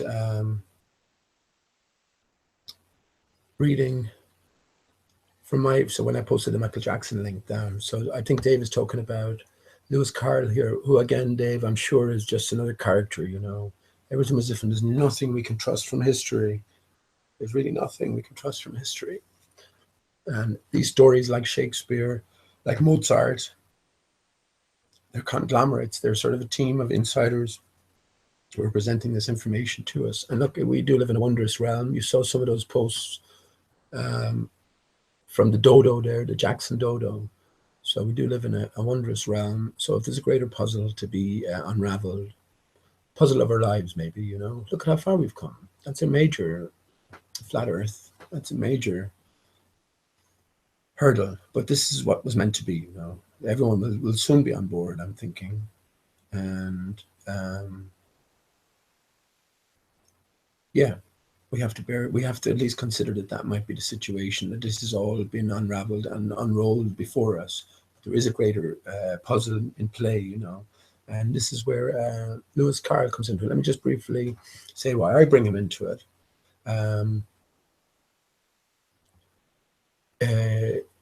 Sergeant Pepper's, the solution to Sergeant Pepper's Lonely Hearts Club's band, and all musicians, and everything is leading back to Sergeant Pepper's. Mark Lafferty, I mentioned, had an association with Bob Dylan, but it's a sort of an ongoing story, an ongoing thing, and everything leads back to Sergeant Pepper's, and this is where everything in Flat Earth leads back to Mark Sargent. Think about it. IPS, who's the enemy du jour. When he was in his council meeting, he gave his name as Mark Sargent. So yeah, Zulu One, when he came on the stage, he was a caller into Mark Sargent's show on a weekly basis. Patricia Steer, of course, and Mark Sargent intimately connected. Patricia Steer, her email is Miss Steer. So in this puzzle, you can be steered or you can be missteered. You can be guided or misguided. So we have missteer, and I was talking about a wonderful journey that Michael Jackson or Dodo was talking about. Well, a magical mystery tour. That's what I've been saying. It all might be. And yeah, when you go through the solution to Sergeant Pepper's, let me bring that up again. When you go to the solution of Sergeant Pepper's, well, the very first page of it, they'll tell you that Lewis Carroll is a central figure, as is Edgar Allan Poe. And this is where the raven comes into it. When Gleason's map, it looks like a raven, thanks to Mick for that. Flat Earth, still water. It looks like a raven pointing up. A blackbird, I was thinking, but then the raven came into it, and then Edgar Allan Poe, and then Lewis Carroll. It tells you on the very first page of the thread, the very opening to the solution of Sergeant Pepper's. And believe me, this is an ongoing puzzle. Pretty much every band of note will always refer back to Sergeant Pepper's. Right? It's that big. 1948, the same year NASA started. Not 1948, the Sergeant Pepper's, but the album starts 20 years ago today, 1968. Go back 20 years, 1948. So I'm just going to post that link.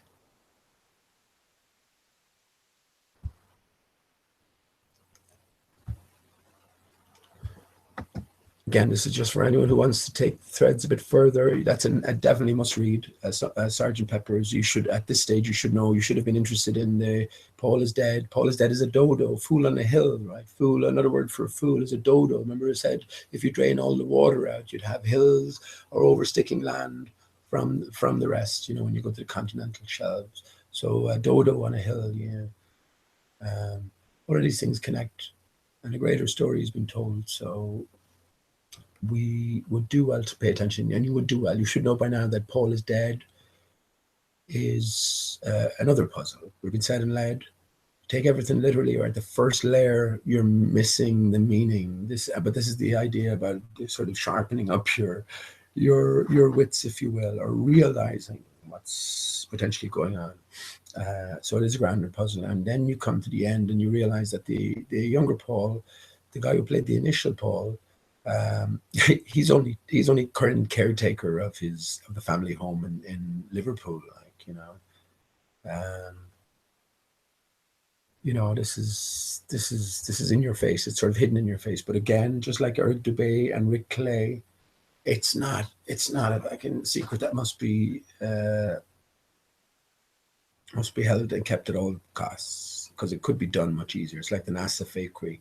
Easily could have got away with much better and more realistic and effective fakery. But they didn't, so there's a different game going on. But yeah, that could just, sorry for posting that. That goes back to, sorry for diverting there, but that goes back to Lewis Carroll, which Dave is about to talk about. I know it's a few minutes ago now, but yeah, intricately connected. Lewis Carroll, Alice in Wonderland, or Through the Looking Glass. So within that, of course, you do find the dodo. The dodo makes his appearance in the caucus race of all things, and you know, there's no rhyme or reason to the dodo. He points you in every direction. Isn't that funny? So I must actually, I must read that now. I'll read that excerpt. But anyway, just Dave High, a sickly, stuttering Oxford mathematician named Charles Dodgson would come to the museum with his college dean's young daughter, Alice Liddell, to entertain her. He would make up fantastic stories about the dodo and various other animals, which he eventually published under his pen name, Lewis Carroll, as Alice. Where are you getting that from, Dave? Why did they particularly mention the dodo? Isn't that interesting as well, Dave? I mean, the dodo plays a tiny, minimal role in Lewis Carroll. Let me get up the dodo section now, because I have that. I'm going to read that. It plays a tiny, minimal role. So why pick the dodo? Why wouldn't you pick I don't know, the Queen of Hearts, the Mad Hatter? I'd have to delve into who is the main character. Alice in Wonderland. I'm going to read that now, Dave. Thank you for posting that again. The dodo is I'm taking you're bringing that from somewhere else, so that's a direct copy and paste. So why single out the dodo again? This is it, isn't it? I'm just looking for that section now. Oh, here we go.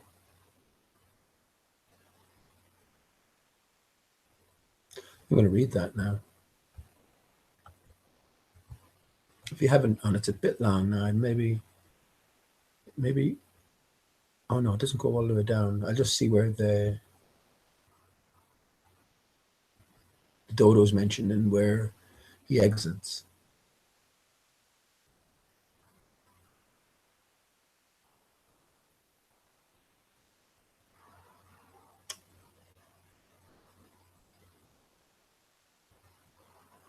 And it's like sort of coming in. It's maybe I'll read. Maybe I should read that now, and I can do a few chapters at a time, even for myself, because I have read it before for my son, beautiful Stephen, and I think I got him the follow-up book as well, which I did read. So maybe he read that, but again, a completely different significance to it all. And again, within the children's stories lie the truth.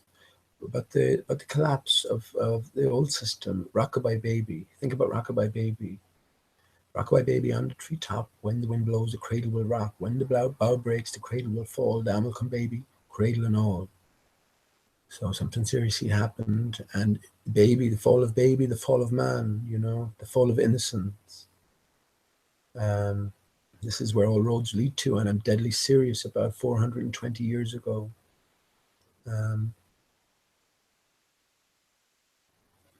Again, Napoleon from France spent a lot of time down in Egypt. What was he doing? Was he overseeing, or whoever Napoleon was, overseeing the construction of the pyramids?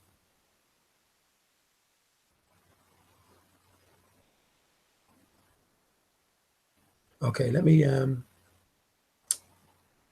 just trying to see where to read from, not to just give you an idea of the role that. So I don't see it before that. Let me share my screen. Of course, I have to thank Tim for not, or P. Mars, I guess, or anyone, for not coming in and sniping me. I'm pretty sure that I would have put up the Hangout link would have shown. But as I said, I don't care about that. It seems like the chat is going good as well. I don't mind no wrenches, honestly, if there's no need for them. Okay, here we go. So again, I'll just pick it up from sort of an Arceus place. You know, basically the Alice finds herself down the rabbit hole and just everything is completely wacky. So anyway, the mouse did not notice this question, but hurriedly went on. Found it advisable to go with Edgar. So here we go, Edgar as well, you see. Edgar Allan Poe. And with Edgar, Atheling to meet William and offer him the crown. William's conduct at first was moderate, but the insolence of his Normans. How are you getting on now, my dear? It continued, turning to Alice as it spoke. So, of course, when I was reading, of course, another time I might make some sort of an attempt, as I did with Stephen, to put on the accents or put on the different voices. As well as ever, said Alice in a melancholy tone. It doesn't seem to dry me at all. Oh, so the dodo's already in here. Okay, I didn't see it mentioned before. Maybe it's listed at the start. Okay, so I'll read it again. So maybe Alice, let me just say, Alice probably fell into the pond or something and she got wet and he handed her a towel that wasn't drying her at all, you know, so even though it was a dry towel. So anyway, it doesn't seem to dry me at all. In that case, said the dodo solemnly, rising to its feet, I move that the meeting adjourn for the immediate adoption of more energetic remedies. Speak English, said the eaglet. I don't know the meaning of half those long words, and what's more, I don't believe you do either. And the eaglet bent down its head to hide a smile. Some of the other birds tittered audibly. What I was going to say, said the dodo in an offended tone, was that the best thing to get us dry would be a caucus race. So this is the first appearance, and I think the only appearance of Dodo in Alice in Wonderland, maybe mixing appearance through the Looking Glass as well. So what's going on with a caucus race? A Caucasian. Why would a group of people be running? So let's continue.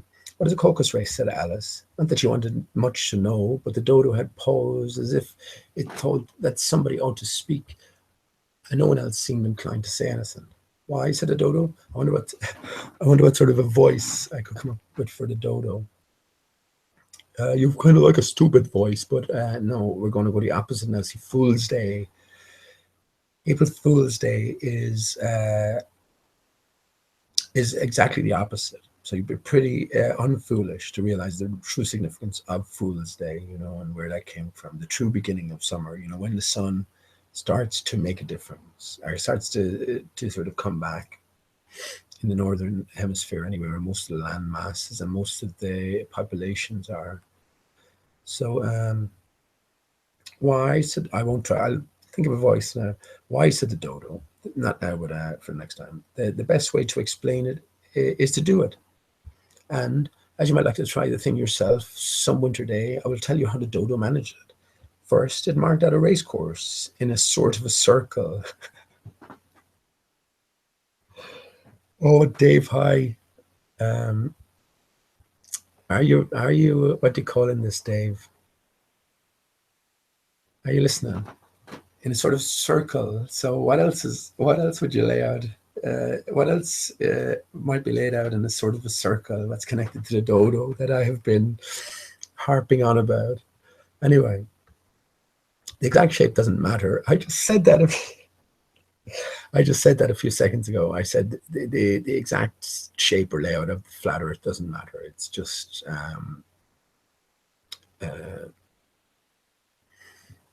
getting specific. You know, there's a greater story. What does it matter if Australia is a little bit further to the east or a little bit longer than what you thought it was, or the same? A few things do matter. The orientation of South America matters. You know, so again, there's a fixed layout of the continent. But yeah, I said it's not particularly important. There's a greater story here, you know.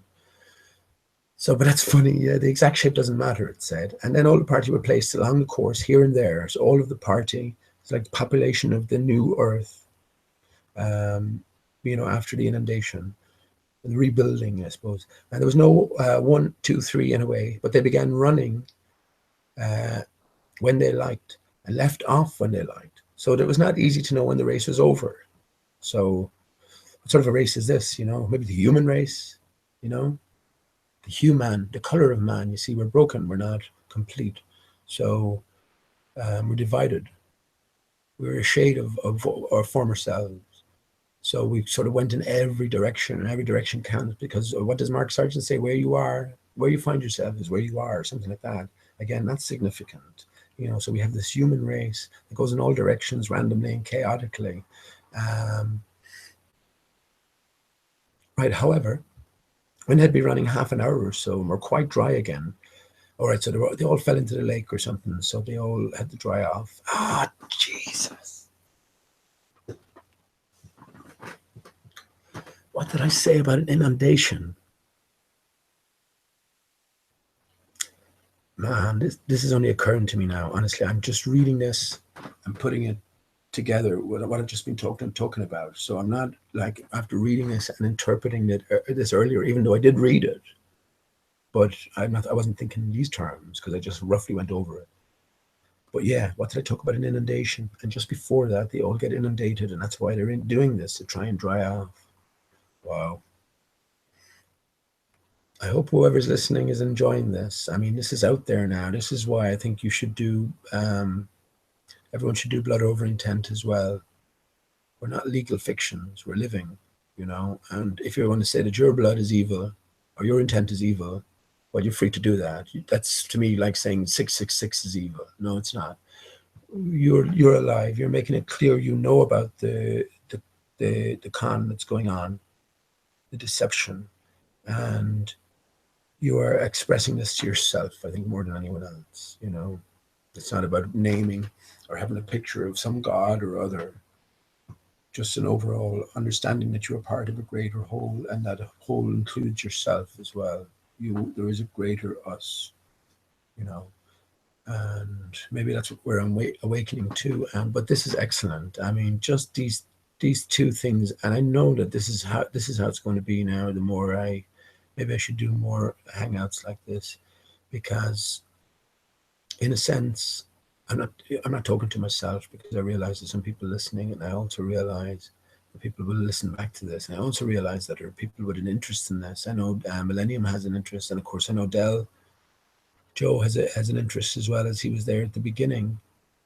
So hearing all of this, and again, me making these connections now is great. And look, they won't mean anything to pretty much, very few anyway, but everything is out over the airways here, and this is what it's about. Letting it know letting whatever system we're in here, you're making it clear your position or your findings or whatever, and it's always there on record now, so we can build on it. That's my point. It's not about anything about any personalities or leader. I was going to talk about Dell and Antonio and about leaders on Flat Earth. There's no leaders, and this is the point of it. There's no leaders for any of us individually. You're your own leader. We all get to the same place in the end, I'm pretty sure. If you don't learn enough in this life, I'm pretty sure, we either send back, or we come back ourselves. We send ourselves back, um, to learn more about Ovel, about love, about the one verse, about the interconnectedness of everything. But yeah, let me continue. Sorry, and I know people won't be interested in this, but I'm definitely going to read this, and not now. It's a bit late now, but I'm going to get on and read it. Where was I? And they were quite dry again. Yeah, so they had been inundated. Again, the dodos suddenly called out, "The race is over," and they all crowded around it, panting and asking, "But who has won?" So the race is over when everyone became dry again. So we recovered from this inundation. And then you have the caucus race. Now, of course, we associate caucuses with American politics. You wouldn't really get caucuses over here. So it's a type of, what is a caucus, actually? I think I looked at, we have the Caucasian race as well, from Caucasus Mountains, which is where they say that the white race originated. So again, there's all of these different connections. And in terms of a caucus, is it just a local sort of election, a local sort of sectioned off area, fictional area on the political map that needs putting forward a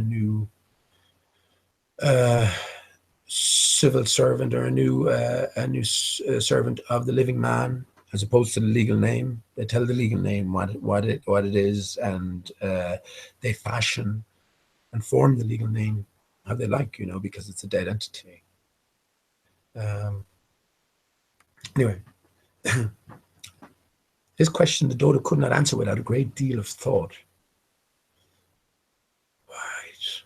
This is very good, because if we're placing the dodo as actually the earth, so who has won in terms of what has gone on here?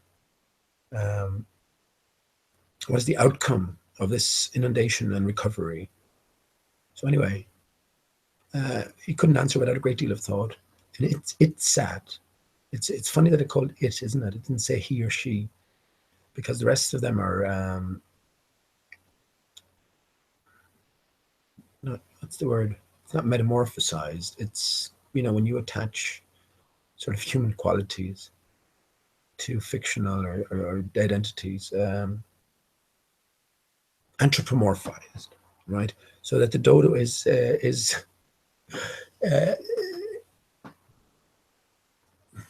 heterogeneous. Is that a word? It's just nondescript. It's not divided, undivided. It's just there. The definite article is interesting, isn't it? And look, here we go again. Shit. So I'm just reading a little bit ahead. Right. So I couldn't answer with a great deal of thought, and it sat for a long time with one finger pressed upon its. If I find a 420 in here, I'll just hit the roof. I'll just tonight that'll be a triple whammy. So this is already a double whammy for me tonight. Just the chessboard with the cockerel, which is the dodo, for me, and now this sort of passage, as it backs up what I was saying beforehand about the inundation, the collapse of an old system, and a recovery. And everyone who has won. So this is the question, and it pressed for a long time, with one finger pressed upon its forehead, the position in which you usually see Shakespeare in the picture of him. So this is another reference to Shakespeare, and we should know about Shakespeare at this stage. Another conglomerate. So who knows the reality? But it's a similar sort of committee, you can say, like the committee that's behind the Beatles or Elvis Presley or any of the major artistic contributors, But certainly Shakespeare, certainly Mozart, this sort of culture fashioning, culture creation, if you will, or actually, it's now at this stage it's more culture concealing, because everything was different. Even going back 100, 200 years ago was much different. We've just, since the turn of the century, all it takes is 3 generations, but since the turn of the century, everything has just been completely, we've been overawed with fabrication, with fakery. As I said, in the annals of time, when you look through the 20th century, it'll just be fakery, big capital red letters stamped all over it, But yeah, so Shakespeare there, another Shakespeare connection. While the rest waited in silence, at last the dodo said, "Everyone has won, and all must have prizes." Right, so that's a fine outcome, isn't it? And didn't I talk about that a bit as well when I said that, we're all arriving at the same destination. So don't fret it too much. But who's to give the prizes? Said a chorus of voices. Uh, Why, she, of course, said the dodo, pointing to Alice with one finger. So who is this Alice? Alice, remember, also appears in iPet Goat 2, which connects to iPet Goat 1, which connects to 9/11, you see?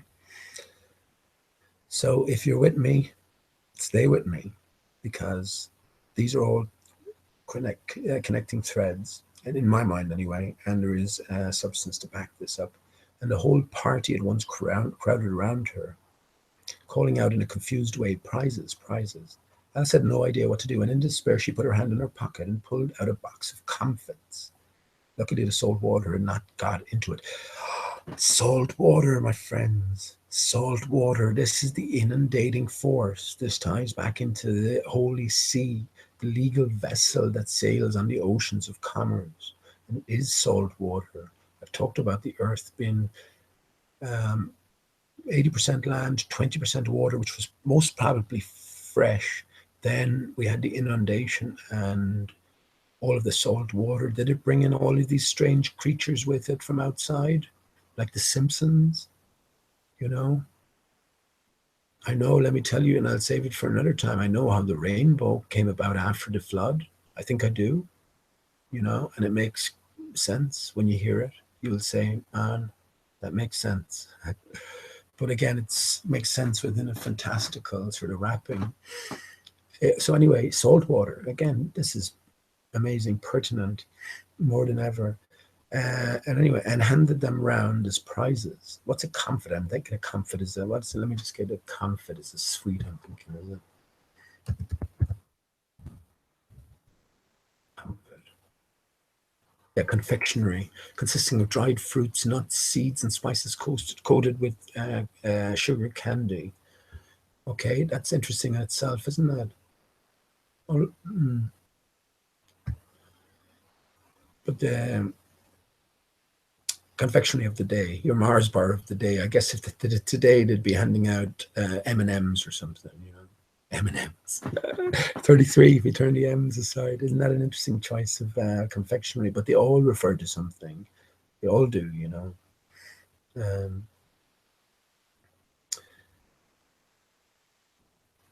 Okay, so there was exactly one apiece all around. So everyone gets a reward at the end of the day and a comfort. Yeah, isn't that? Let me read that again now. Comfort.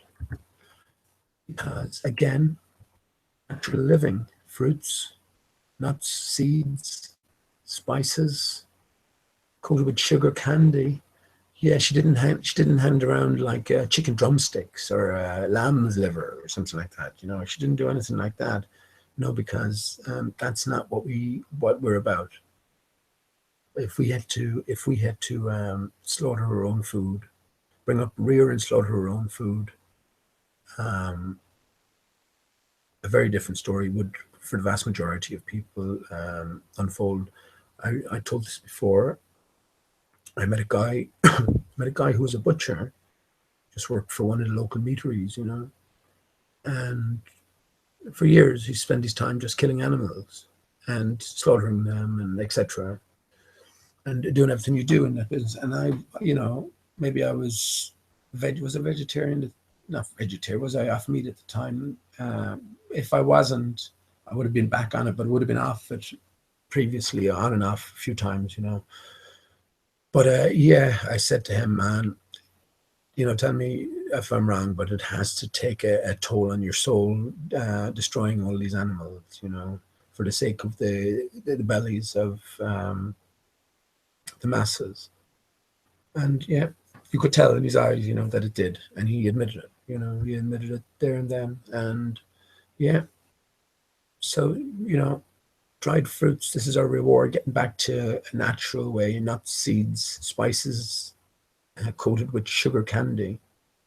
I'm not sure about that, but again, there's no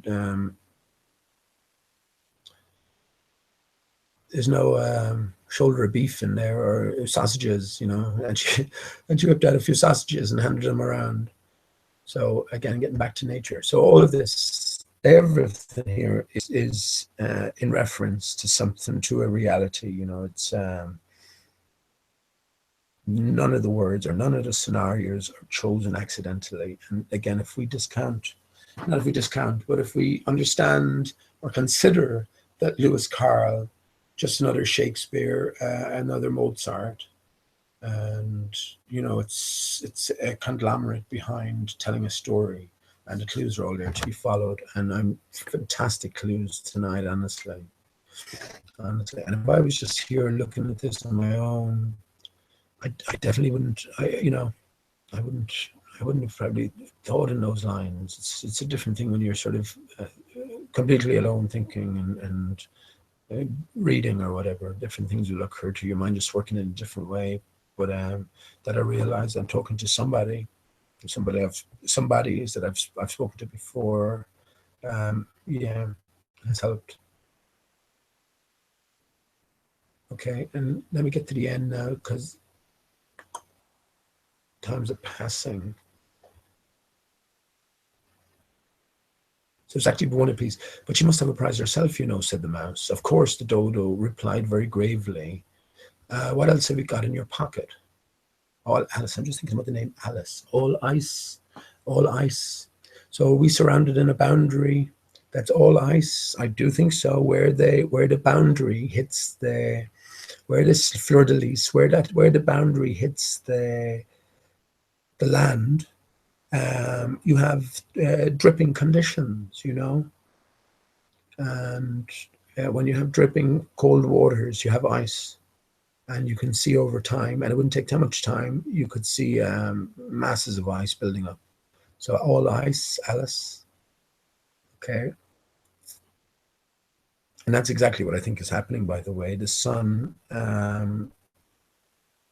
carves out, would be all ice otherwise. So again, with the ice age, talk of the ice age, if the sun was broken, you're going through a period of transition.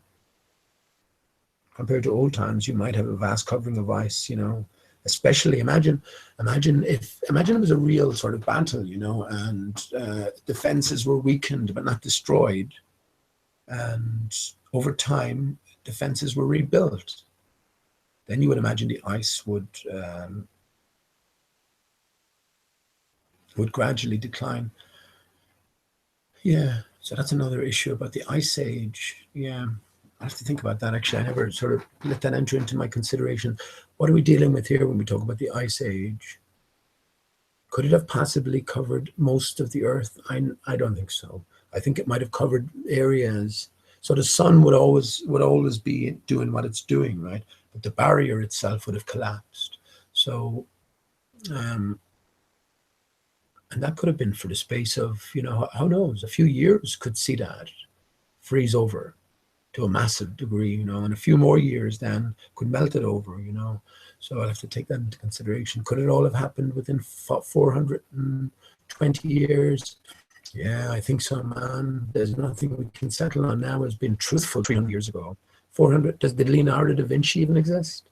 These are the basic questions that come up, So anyway, let me finish this.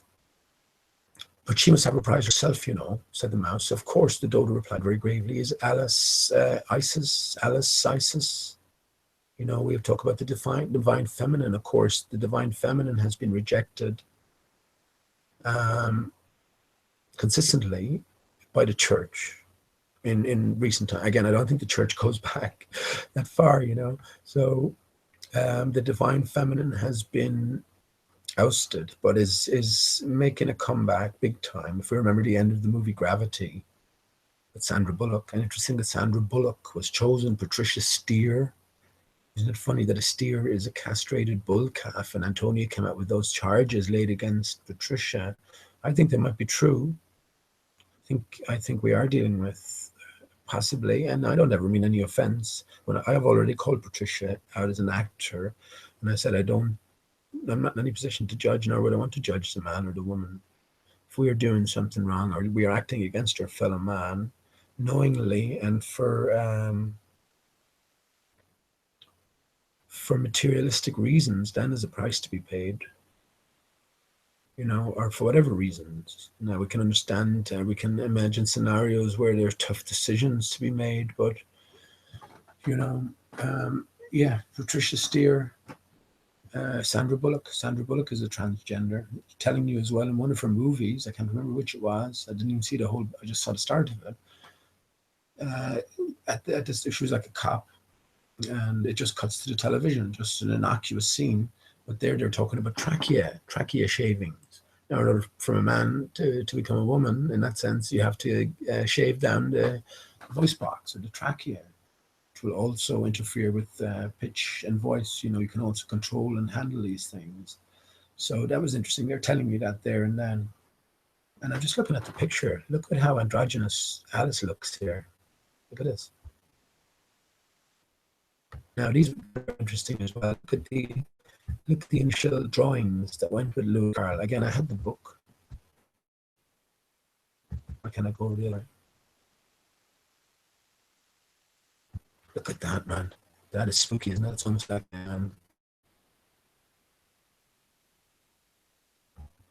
look at that.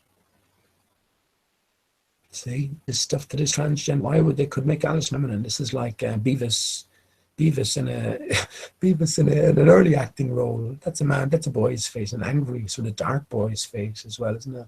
But it has been dark times we've been through. So yeah, let me just finish this. I'll get back to the chat. Dave, appreciate that now.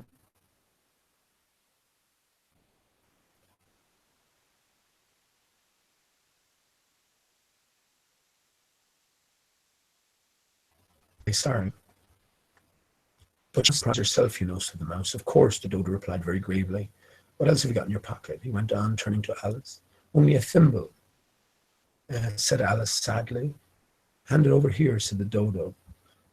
Now, I'm just going to go and see what a thimble is. I think I know what a thimble is. One of those little caps, little dented caps that you put over your thumb when you're knitting or stuff like that. It just gets a better hold on the thread or on the. I think it's easier to handle. So let me just type that in to be certain. And how might that relate to flat Earth?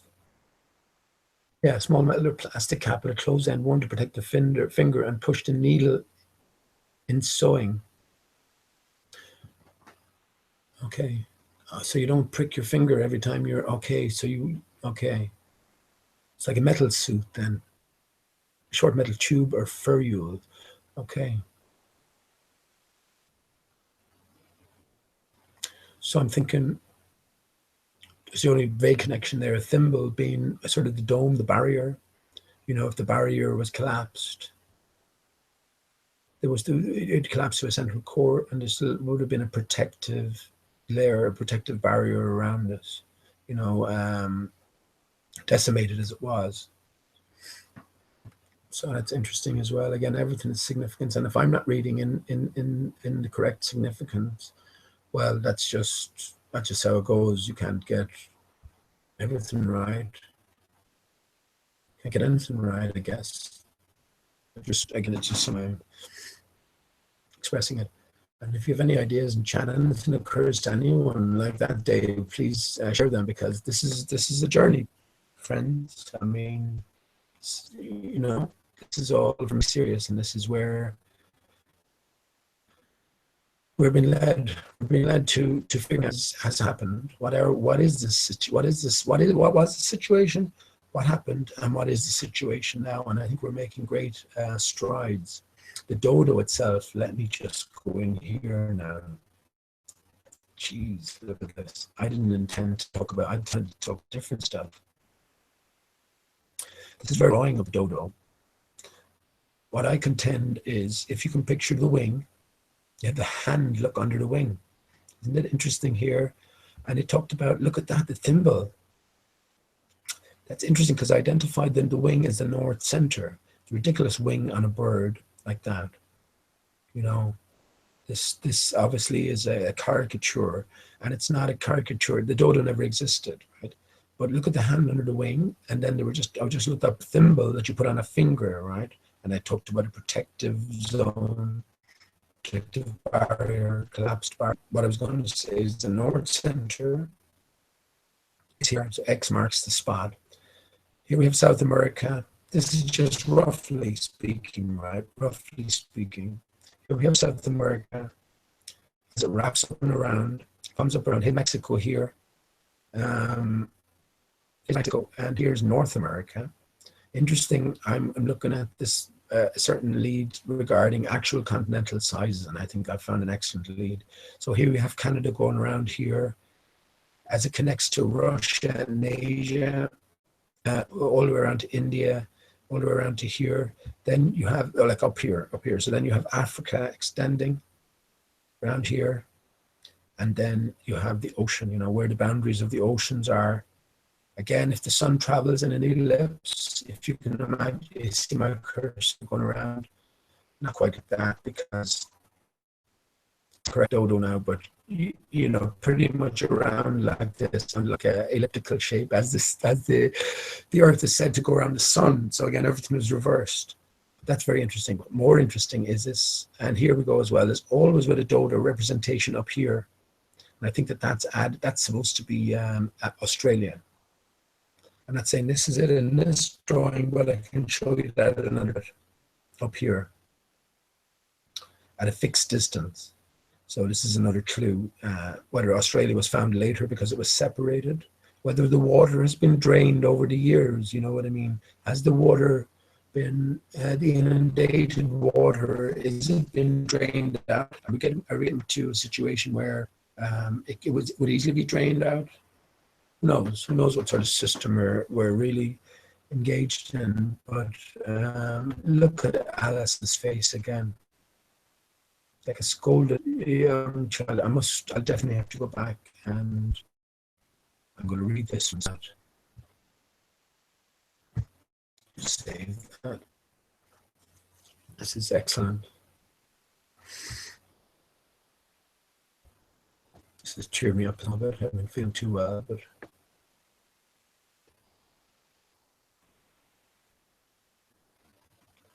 okay, and look at how long that's actually taken, and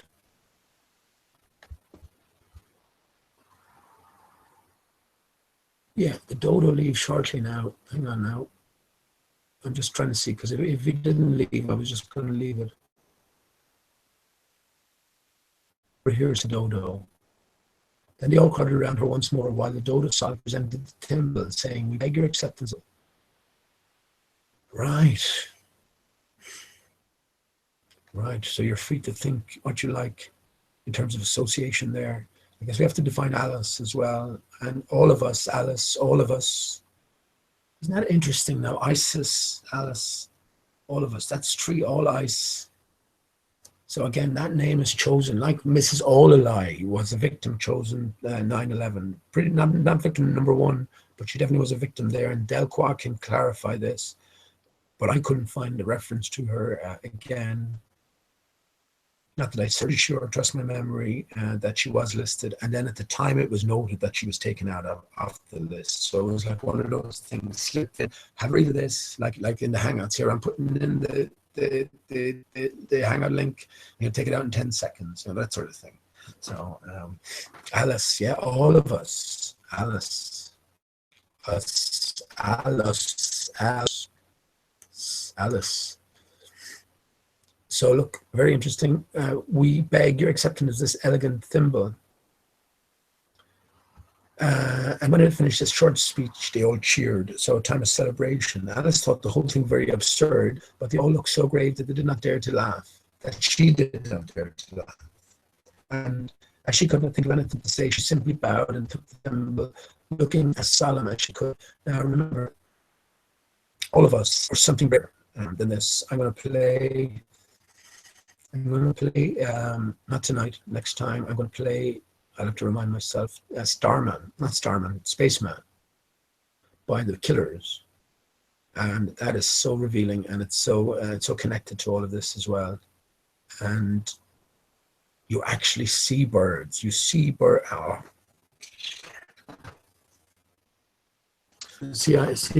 I understood the significance of a lot of that with the dodo, and now with other things as well, the fleur-de-lis, the Bible, this thimble, thumb, York, THOM. Yeah, anyway. Yeah, so this is what I think Alice is sort of bemused by the whole thing, because we are bigger than this. You know, this is an adventure, if you will, into Wonderland. So we're aloof from it all in real terms. And this is Spaceman, is that Spaceman? In that song by the Killers, he talks about the Nile flowing from east to west as well. That's what I heard. That's where I heard it first. Now that I see the avian connection throughout the video, he has sort of bird feathers and a sort of a bird design to his outfit.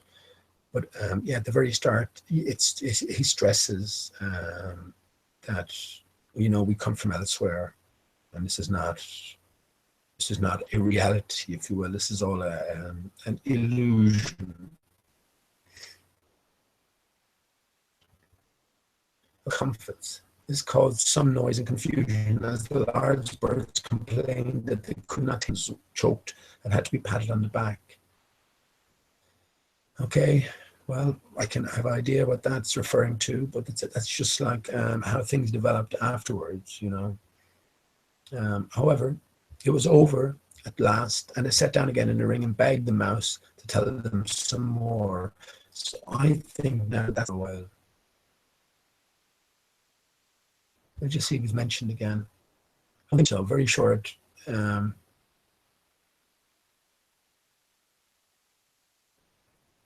That's it, I think.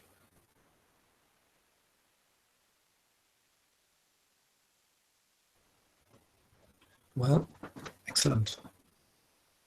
Excellent. So I'm just going to go back to page 1 here.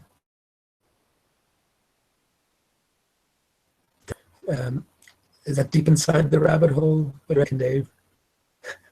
And again, connecting to Mark Sergeant Pepper, you have David Weiss deep inside the rabbit hole, Patricia Steer, Miss Steer E.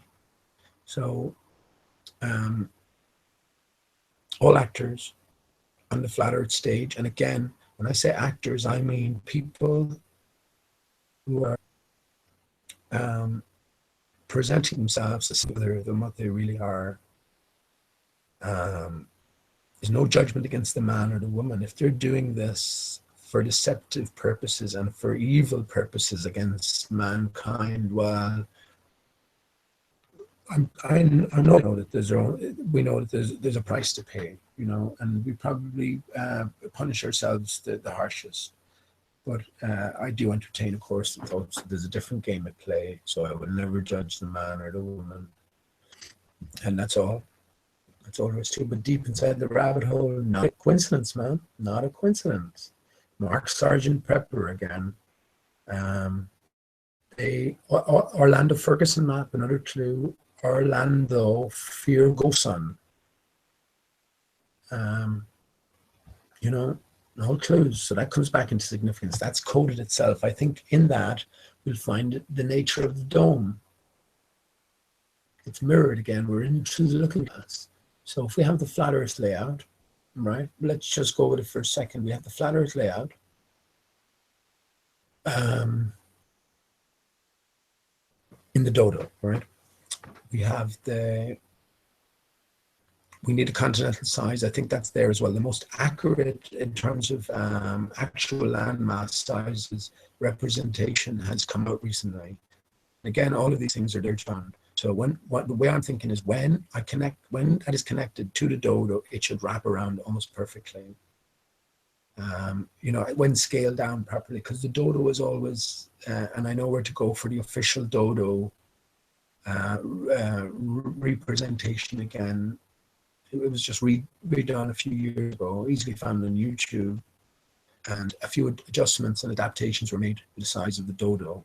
Little slivers taken off here and there, and I go through that as well because it shows you clearly that we're dealing with a map of sorts. Even pauses it at one spot, and when again we don't need to pause it there, and you see for all the world North America, what looks like North America. So we have so let's go through it. We have the dodo, the contour. So the contour, so that's the square and compass and the G, right? So let's go through that. The square is for the below the Earth. That's for the coordinate system we use on the Earth, which is a grid-like coordinate system, all 90-degree angles. The compass above is for the contour barrier that is above us, upon and around which the luminary move, right? Barrier, and it's a perfect mirror when light is introduced. So we can garner, this is all potentially garner that from the Orlando Ferguson map, which is encoded itself. So forget about the land. What a strange map do into anyone, especially coming from Mark Sargent. What a strange map. This is not a flat map. Look at it all bumpy and contoured. Well, let's take it that it is flat. We know the Earth is flat. So something else has been encoded. Well, if we look at that as representing the barrier, then we see this representation, which is the Bible, like a separate section for the north, the intersection, and then you have the barrier, the secondary barrier, which starts off low at the north rim, rises to a higher point in the center, wherever that is. I'm going to say the equator, but again, I know these terms don't exist as we envisage them. And then it drops down at the extremities as well. And that's why you have the ice wall, where the water beyond the barrier and the land come into contact, and it's out of range of the sun. Then you'll have this dripping nature, and you'll have the solid ice forming. So that's the land, and that's the sky taking care of. All you left in the center then is the G, the Masonic G. But again, if you look at the G, so I finished the rabbit hole. Let me get up the capital G.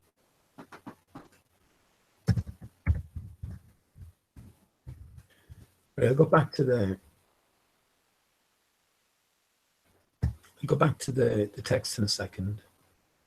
Perfect. Remember what I was saying earlier on. So the G is the 666. Look at this presented 666. That's amazing, isn't it? 3 Gs. It couldn't be 4 Gs or 5 Gs. No. It's specifically 3 Gs. And this in center G is a nice golden color as well, isn't it? And this is just Google search. Golden color as well. That's amazing. Look, see, look, they're telling you, man. Look at this. They're telling you. Look at the sea color. This is the ocean color, sky color, or vice versa. You have the golden color of the sun in the meantime, but it's all water. Take note that it's all light in water. It's water all the way down. Now, the reason I brought up the G, the Masonic G, right, it looks like a 6, doesn't it? But what I say is the G has, and I said it earlier, it's 3 separate movements to it, 3 separate sweeps. You have a sweep around, right, circular sweep.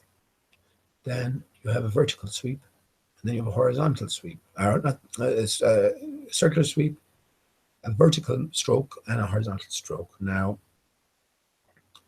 imagine remember I was talking about the water, the tides, 2 tides a day. That's trillions upon trillions of gallons and tons of water going somewhere and coming from somewhere on a regular, smooth, even motion. So imagine something was swirling around. What different types of movement do you think it would describe? First of all, you'd have a swirling movement, wouldn't you? You have a circular motion. Think of pulling the plug in your round sink, and you have a cork or something buoyant floating at the top, and watch the pattern as it goes around the swirl. It prescribes a certain path. So that's one sweep. Right. Also, as the water is being drained, as the tide is going out, if you will, it will have a vertical drop, So it will continue to swirl, but it will be dropping vertically as the water is drained away. Don't worry about where it's been drained to as of yet. And then we'll have a horizontal aspect to it, because as it is circling and as it is dropping, it will also be moving closer to the epicenter. So this is a horizontal movement. So those 3 movements combined describe the sun, my friends. They describe the sun. Now, what is the sun? That'll have to wait. But we're along the right lines, I'm sure. So that's where the G comes in. So the 666, or the G itself, describes those 3 moments of the sun, 3 movements of the sun. And you can see, look, there's a golden color here on either side: water, sky. But water, the sky is all, you say, no, that's water. But, well, the sky, it's all is water. Water is everything.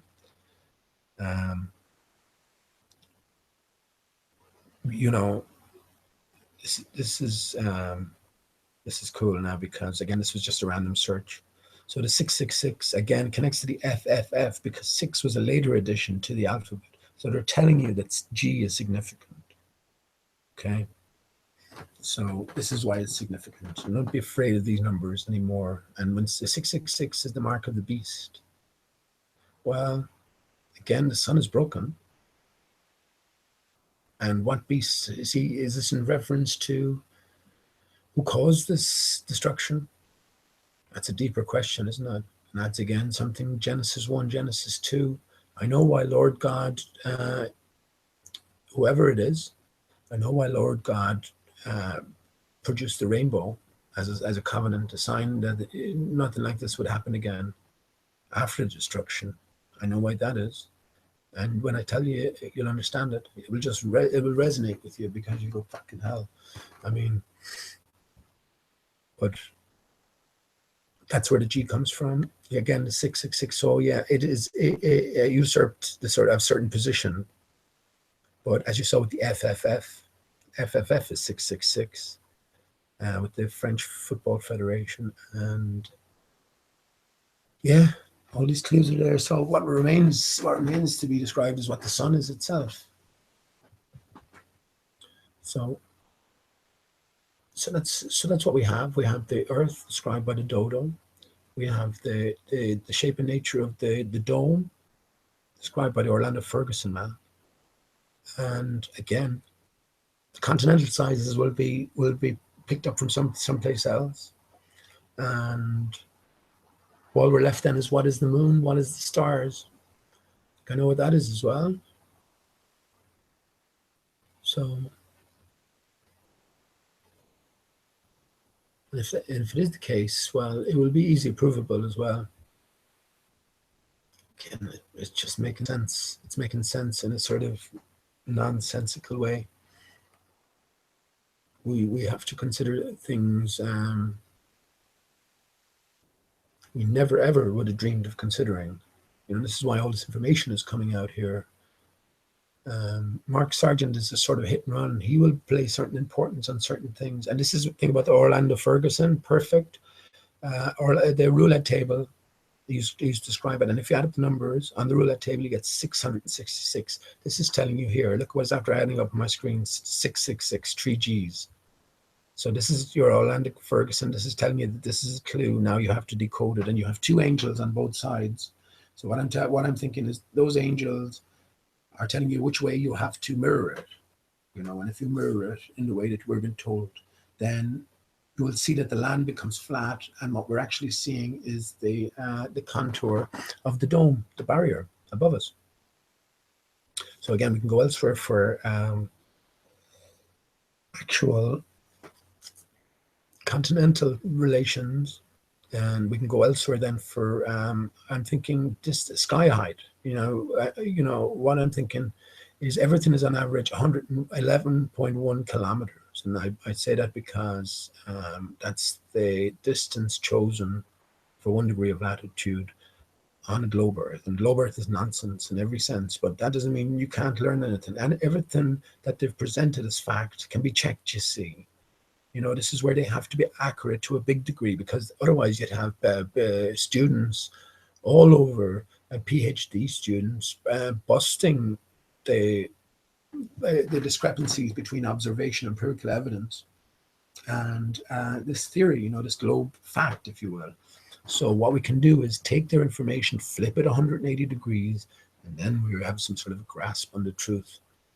So, okay. That was cool. I'm very happy again with these 3 Gs here, just how they presented themselves and how it tied in with what I was saying again, the Orlando Ferguson map and the roulette map, the 666. So yeah, don't ever be afraid of 666 again. And the people who are going around, oh, the Illuminati, well, there's more to it than that, isn't there? So that was I hope I have all of this to look back on myself in case I forget anything, but you can see how it's unfolding. And I guess especially if you go through this thread that I posted the link to earlier.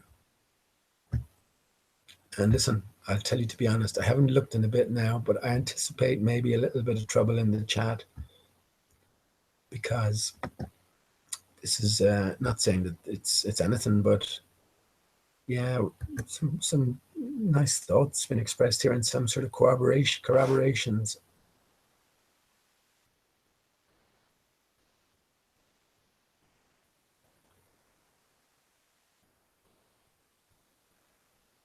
Well, um, Chow Yum Cat, let's talk about that. You're welcome to come back at any other time or talk about that.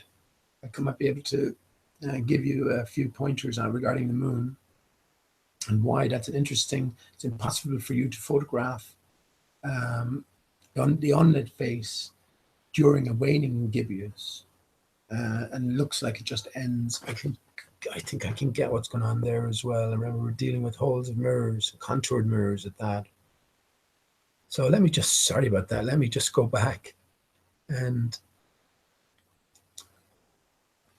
see if there was any. I went so far. I didn't get to read very much, Dave, did I? But I think that was a worthwhile diversion there.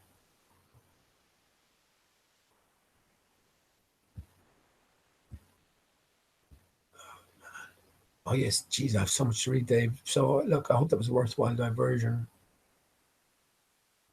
Maybe you just meant it as a passing comment. Okay.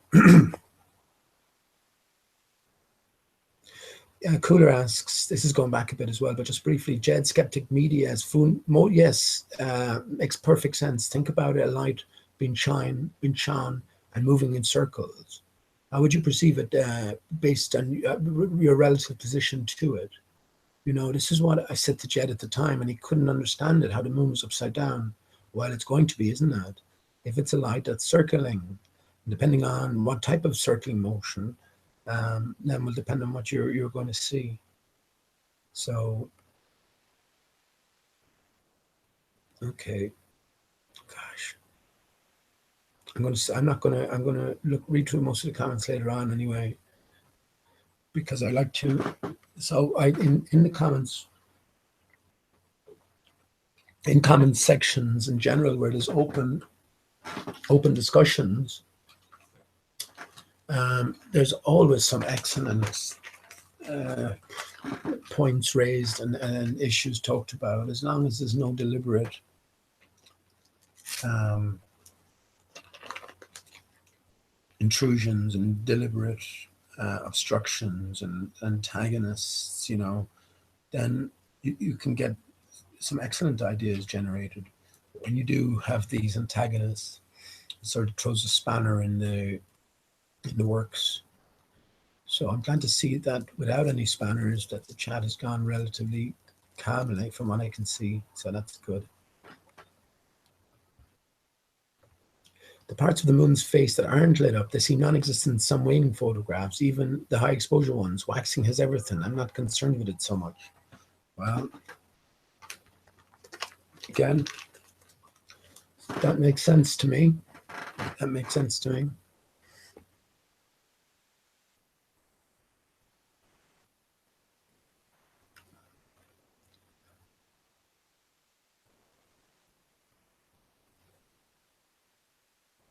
Is there loads of drama? Uh, is there loads of drama, Captain Bullshit Man? It's it's said to be something going on, didn't I? Said to be something going on, didn't I? That's funny to me now. Um, no messing out, Captain Bullshit. If you're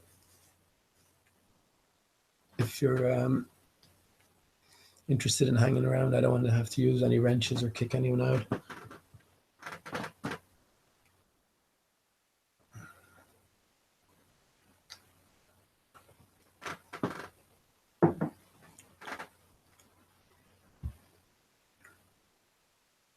It's going to kick off. I said it.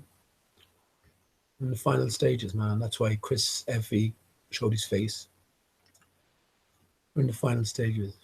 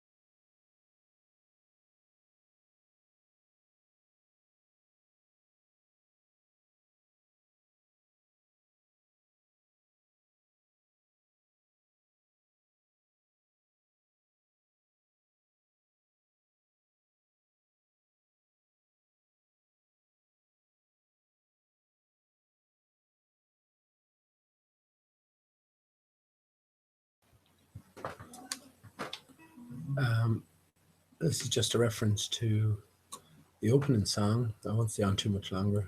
Some drama apparently, so I'm not saying that there's any connection, but um, yeah, certain people know we're on the right track. So there will always be distractions, but I'm not saying that there's any direct cause there between what we were talking about tonight and what went on. But I look forward to seeing what gives. So this song is what I was talking about at the start, which is Bob Dylan doing the El switcheroo and giving us a message. And he sang the parting glass in the form of uh, restless farewell. And when I sing this, I'll sing it softly enough for later. Um, you'll be able to relate it if you're interested in hearing the song to start again.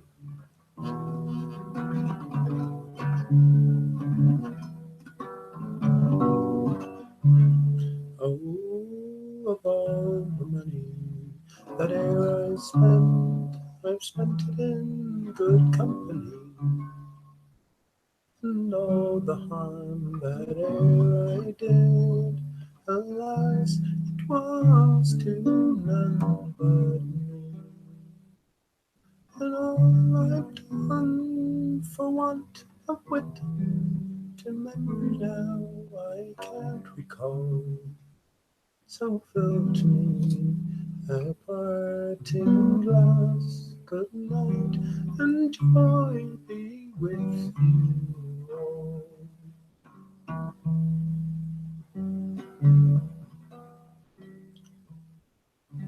If I had money enough to spend and leisure to sit a while, there is a fair maid in the town that sorely has my heart beguiled.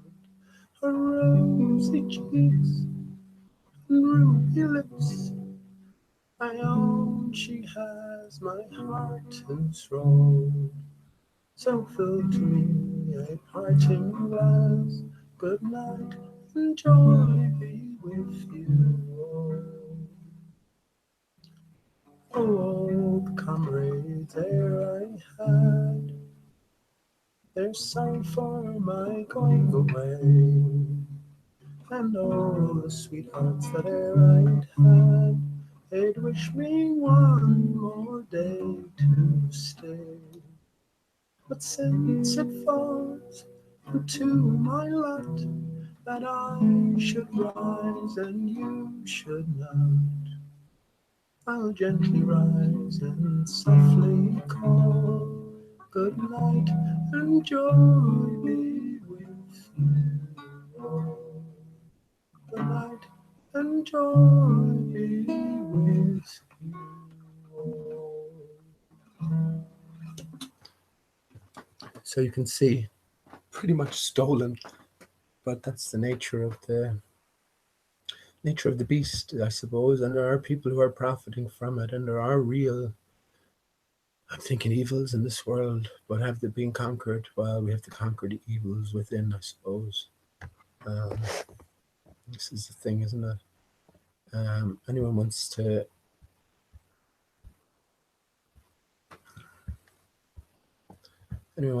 fill in on the drama?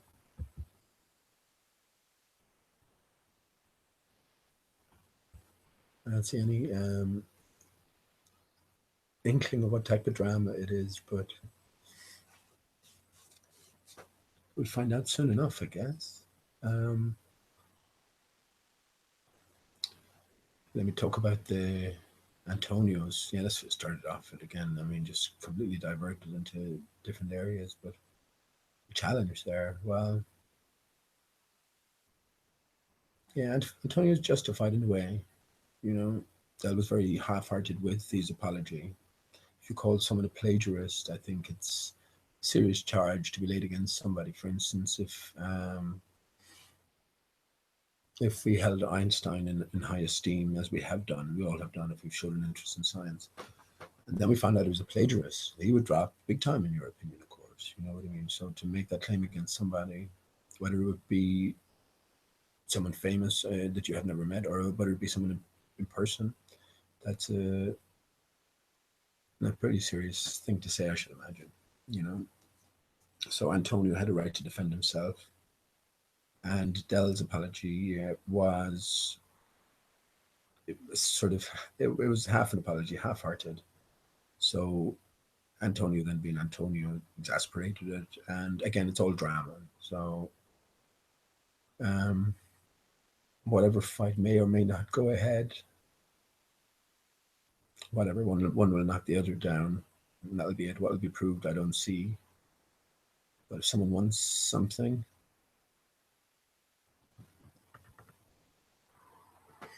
you know, why not? It's sometimes the best way to settle something like that. Anyway, if we can't settle it um, peaceably, there's no better way to settle it than in this sort of controlled manner, the way men are used to doing things, isn't it? And it makes sense in this dog eat dog world, a world full of strife. So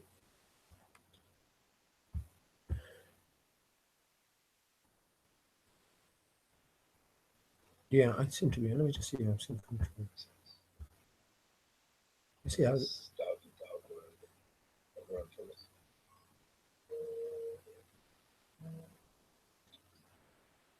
So you can see. How much see how that came through?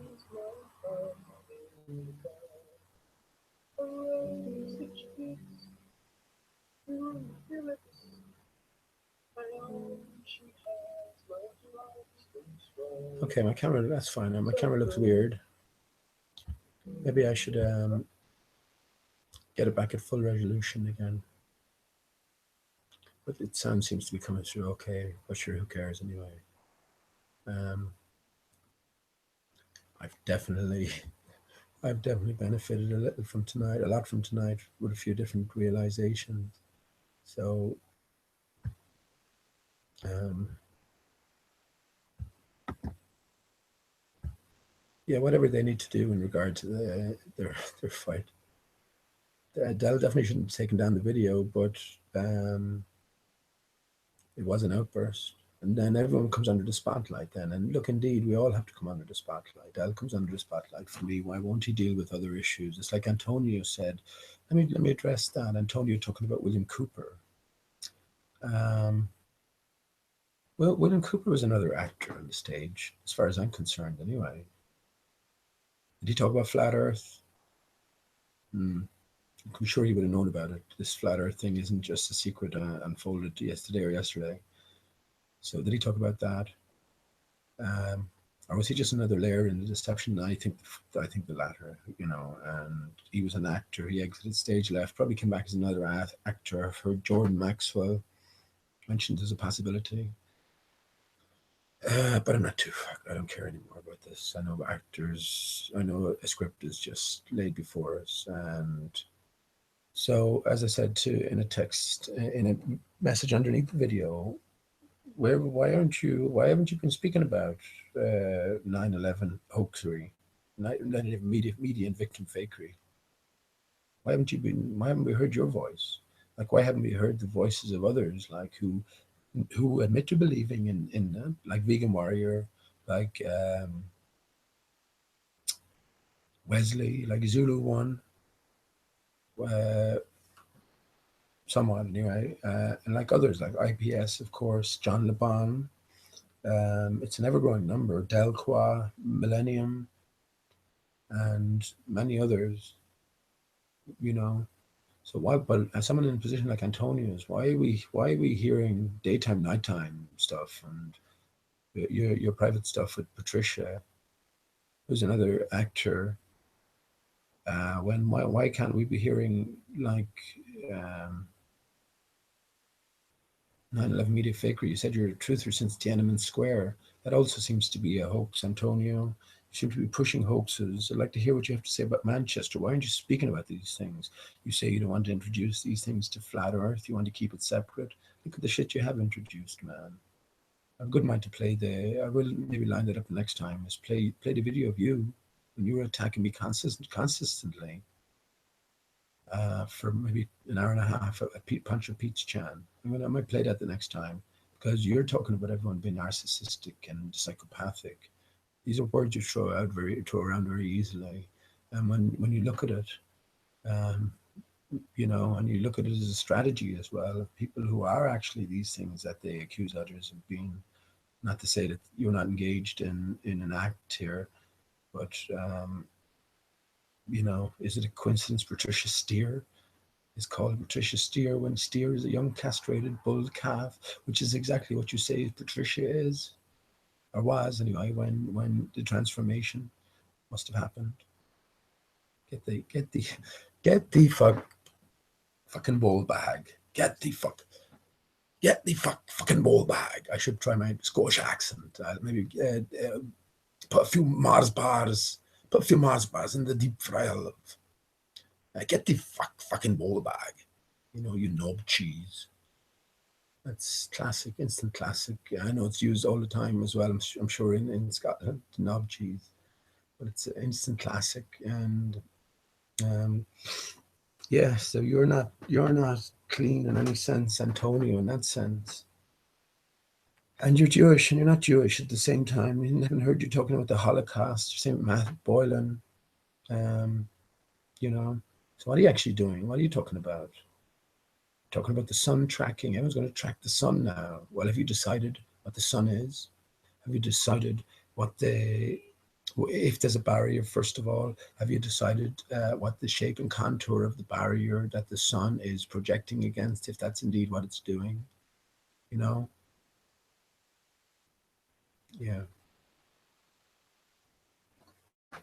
So for you to say that you don't get involved and you don't want to get involved in anything, but you've been a truther since Tiananmen Square, well, you know, you're on board 9/11 stuff. What are you going to do? Let someone who's a truther like me just take all the shit? Because Vincent, I heard earlier on talking about how he's all about truth. But yet you scoff at me, Vincent, when I talk about media fakery, 9/11, victim fakery, and yet you cozy up to IPS, looking to be friends with him, who has exactly the same position. Weren't you still there, Vincent, in 2000? Didn't you see what you see? So if you're genuine, you owe me an apology, man. If you're not genuine, well, that's something different, isn't it? I haven't made that call, man. Um, you're letting the wrenches go to your head when they don't matter a damn. A matter of damn. No authority or power over anyone. No one has. It seems to be sort of an amalgamation again, a standardization of what's expected to count as a reaction, or even an action. What you can say, what you can't say. If you say anything on IPS, is hang on now. Not that I've been on there. I'm the only one without a wrench. I just do what I normally do. I've already called him out as an actor, and he knows my position. But again, beyond that, it's a greater game at play. But yeah, the minute you might come on to question anything, though, you will be hooked and gutted by one of the, I was going to say many moderators, but it's all moderators. So again, this wrench power has gone to people's heads, and this is exactly what we shouldn't be doing. We shouldn't be teaming up with any personalities or any other greater sort of cause defined by others. This is a cause that we have to define ourselves. So be careful who you attach allegiance to, who you cast aside. Because remember, there's a greater game, and the test is on you as well. The test is on the individual. We've come away from a certain system. We ain't going back to it. Obama had problems with his birth certificate. Why? Why the CIA couldn't manufacture or fabricate the best false identity available? Yeah, no, something else has been let out of the bag, isn't it? But what are we going to do about it? What am I going to do about it? What are we all going to do about it? Maybe that's what we're waiting for. So, yeah.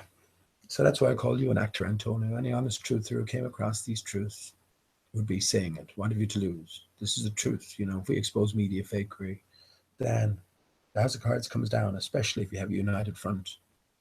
I get it. They've media faked us with the Globe. Sure. This is NASA. What ties in everything? Media fakery. Okay. So by you not focusing on one area, you focus enough on psychopaths, won't you? You'll focus enough on road and mathematics. Um, you focus enough on religion. Talk about 9/11, man. Talk about the legal name fraud, which you already admitted you knew about. Just because we, it's hard to know what to do about it. That doesn't mean we can't talk about it. That doesn't mean unless you're protecting something, you mightn't do anything about it. But just know that it's the case is the most important thing. Then, if you don't do anything about it, it's up to you, isn't it? So this is what truth is about, and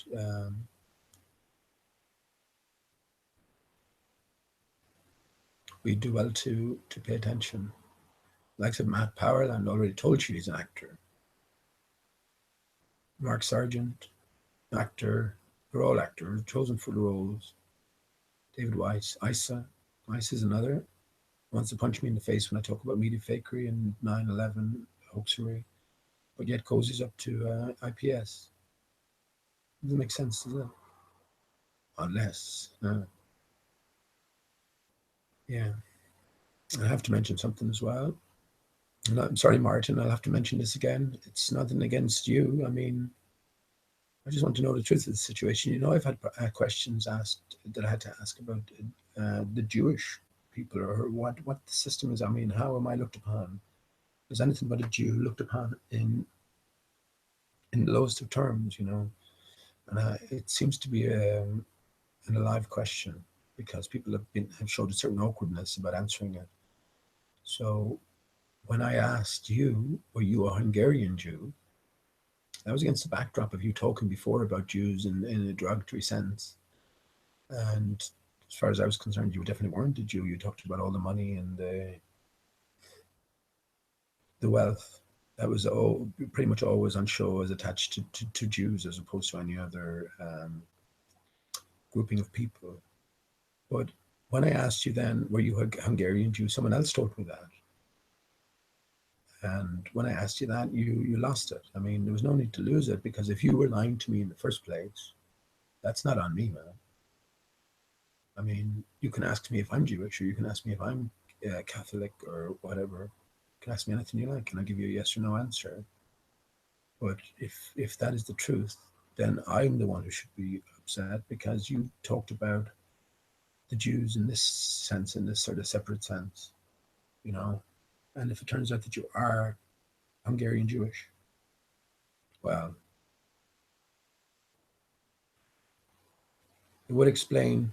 If you weren't, that would be something, but it would explain your outburst, Martin. It would explain like why you kind of, no, I'm not going to say you threatened violence on me, but in effect. And yeah, I would be the one who would be justified in being upset, not you, I think, unless there was something else going on. So, as I know I'm honest in terms of these investigations, I've got to call out actors, and I've called out quite a few. So, and there's more than what you know.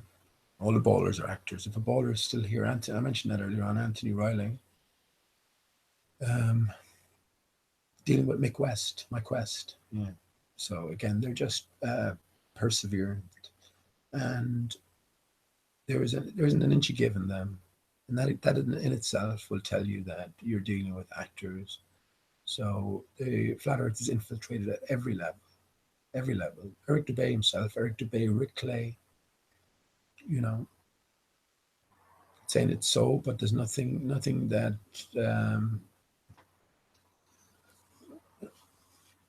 nothing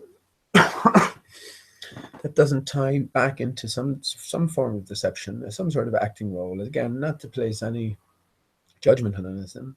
It's a greater game being unfolded. Again, 420 is important for me now. So if there's a greater game unfolding, someone is playing a voluntary part in it, in terms of helping to wake up the masses, whether that's a good guy or bad guy role, well, it's still a role, and a judgment wouldn't be in order in that sense if ultimately everything was being done for the greater good. Maybe we all get our confit in the end. So in that sense, I'll make no judgment on people. But again, when you're emotionally involved in one sense, when someone attacks you personally, you have to defend yourself. Like Antonio had to defend himself against the charge of plagiarism. Um, like Dell felt he had to defend himself against an unwarranted niggling and persistence. Um, this is just part and parcel of being alive, isn't it? Um, so yeah, take note. Don't take any sides here. You're only on the side of truth.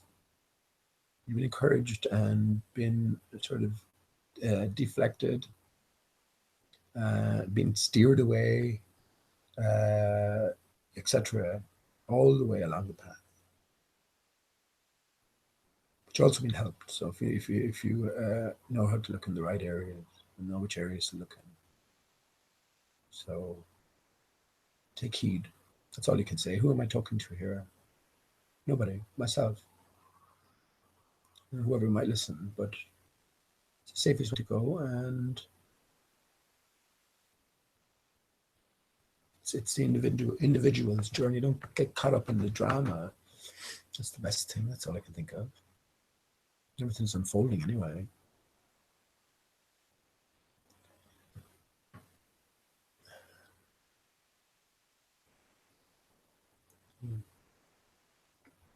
Next time I come on, I might go back to start and read Alice in Wonderland. For anyone who's interested, I might go through. Maybe you get through 3 or 4 chapters there in a half an hour, less even. But from the bit I read tonight, and the dodo plays a small part, but that's where it came about when Dave High mentioned about the writer Lewis Carroll. I don't know if there's any clues in that name itself, but yeah, how they mentioned Alice's encounter with the dodo and other animals when the dodo plays a tiny fraction of a part in it. It would be well down the list of characters you were to name: Cheshire Cat, and Mad Hatter, Dormouse. Um, again, see, I haven't read it in such a long time now, but easily more should rattle off the tongue. The Walrus is featured. I'm the Walrus. Um, it's coming back to me now. So we're being steered to this. Sergeant Pepper steers us to this Alice in Wonderland, Lewis Carroll. Um, so follow the arrows. We will, if we're interested enough. And I think you can see by now that there is definitely enough meat meat on those bones. We are following direct line of inquiry. I think it's more than that as well. I think we can see that.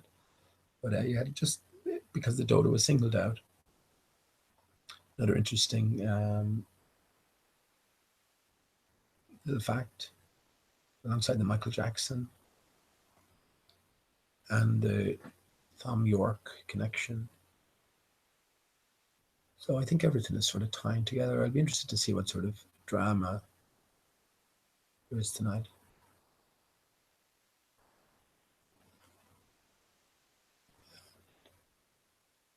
Yeah. Okay, it's pretty late here, so I'm going to leave it at that. Again, got a few songs in. Happy with the title as well. Restless farewell to the old. That's what we're trying to do, isn't it? Shake off. We have to shake off the old. If the old is old, if the old is old illusion, we have to shake it off. So it's not going to be a restless less farewell. So on that note, I'm going to say good evening and thanks for tuning in. Thank you, Maggie. And I think Michael Jackson is more pertinent than ever, I think.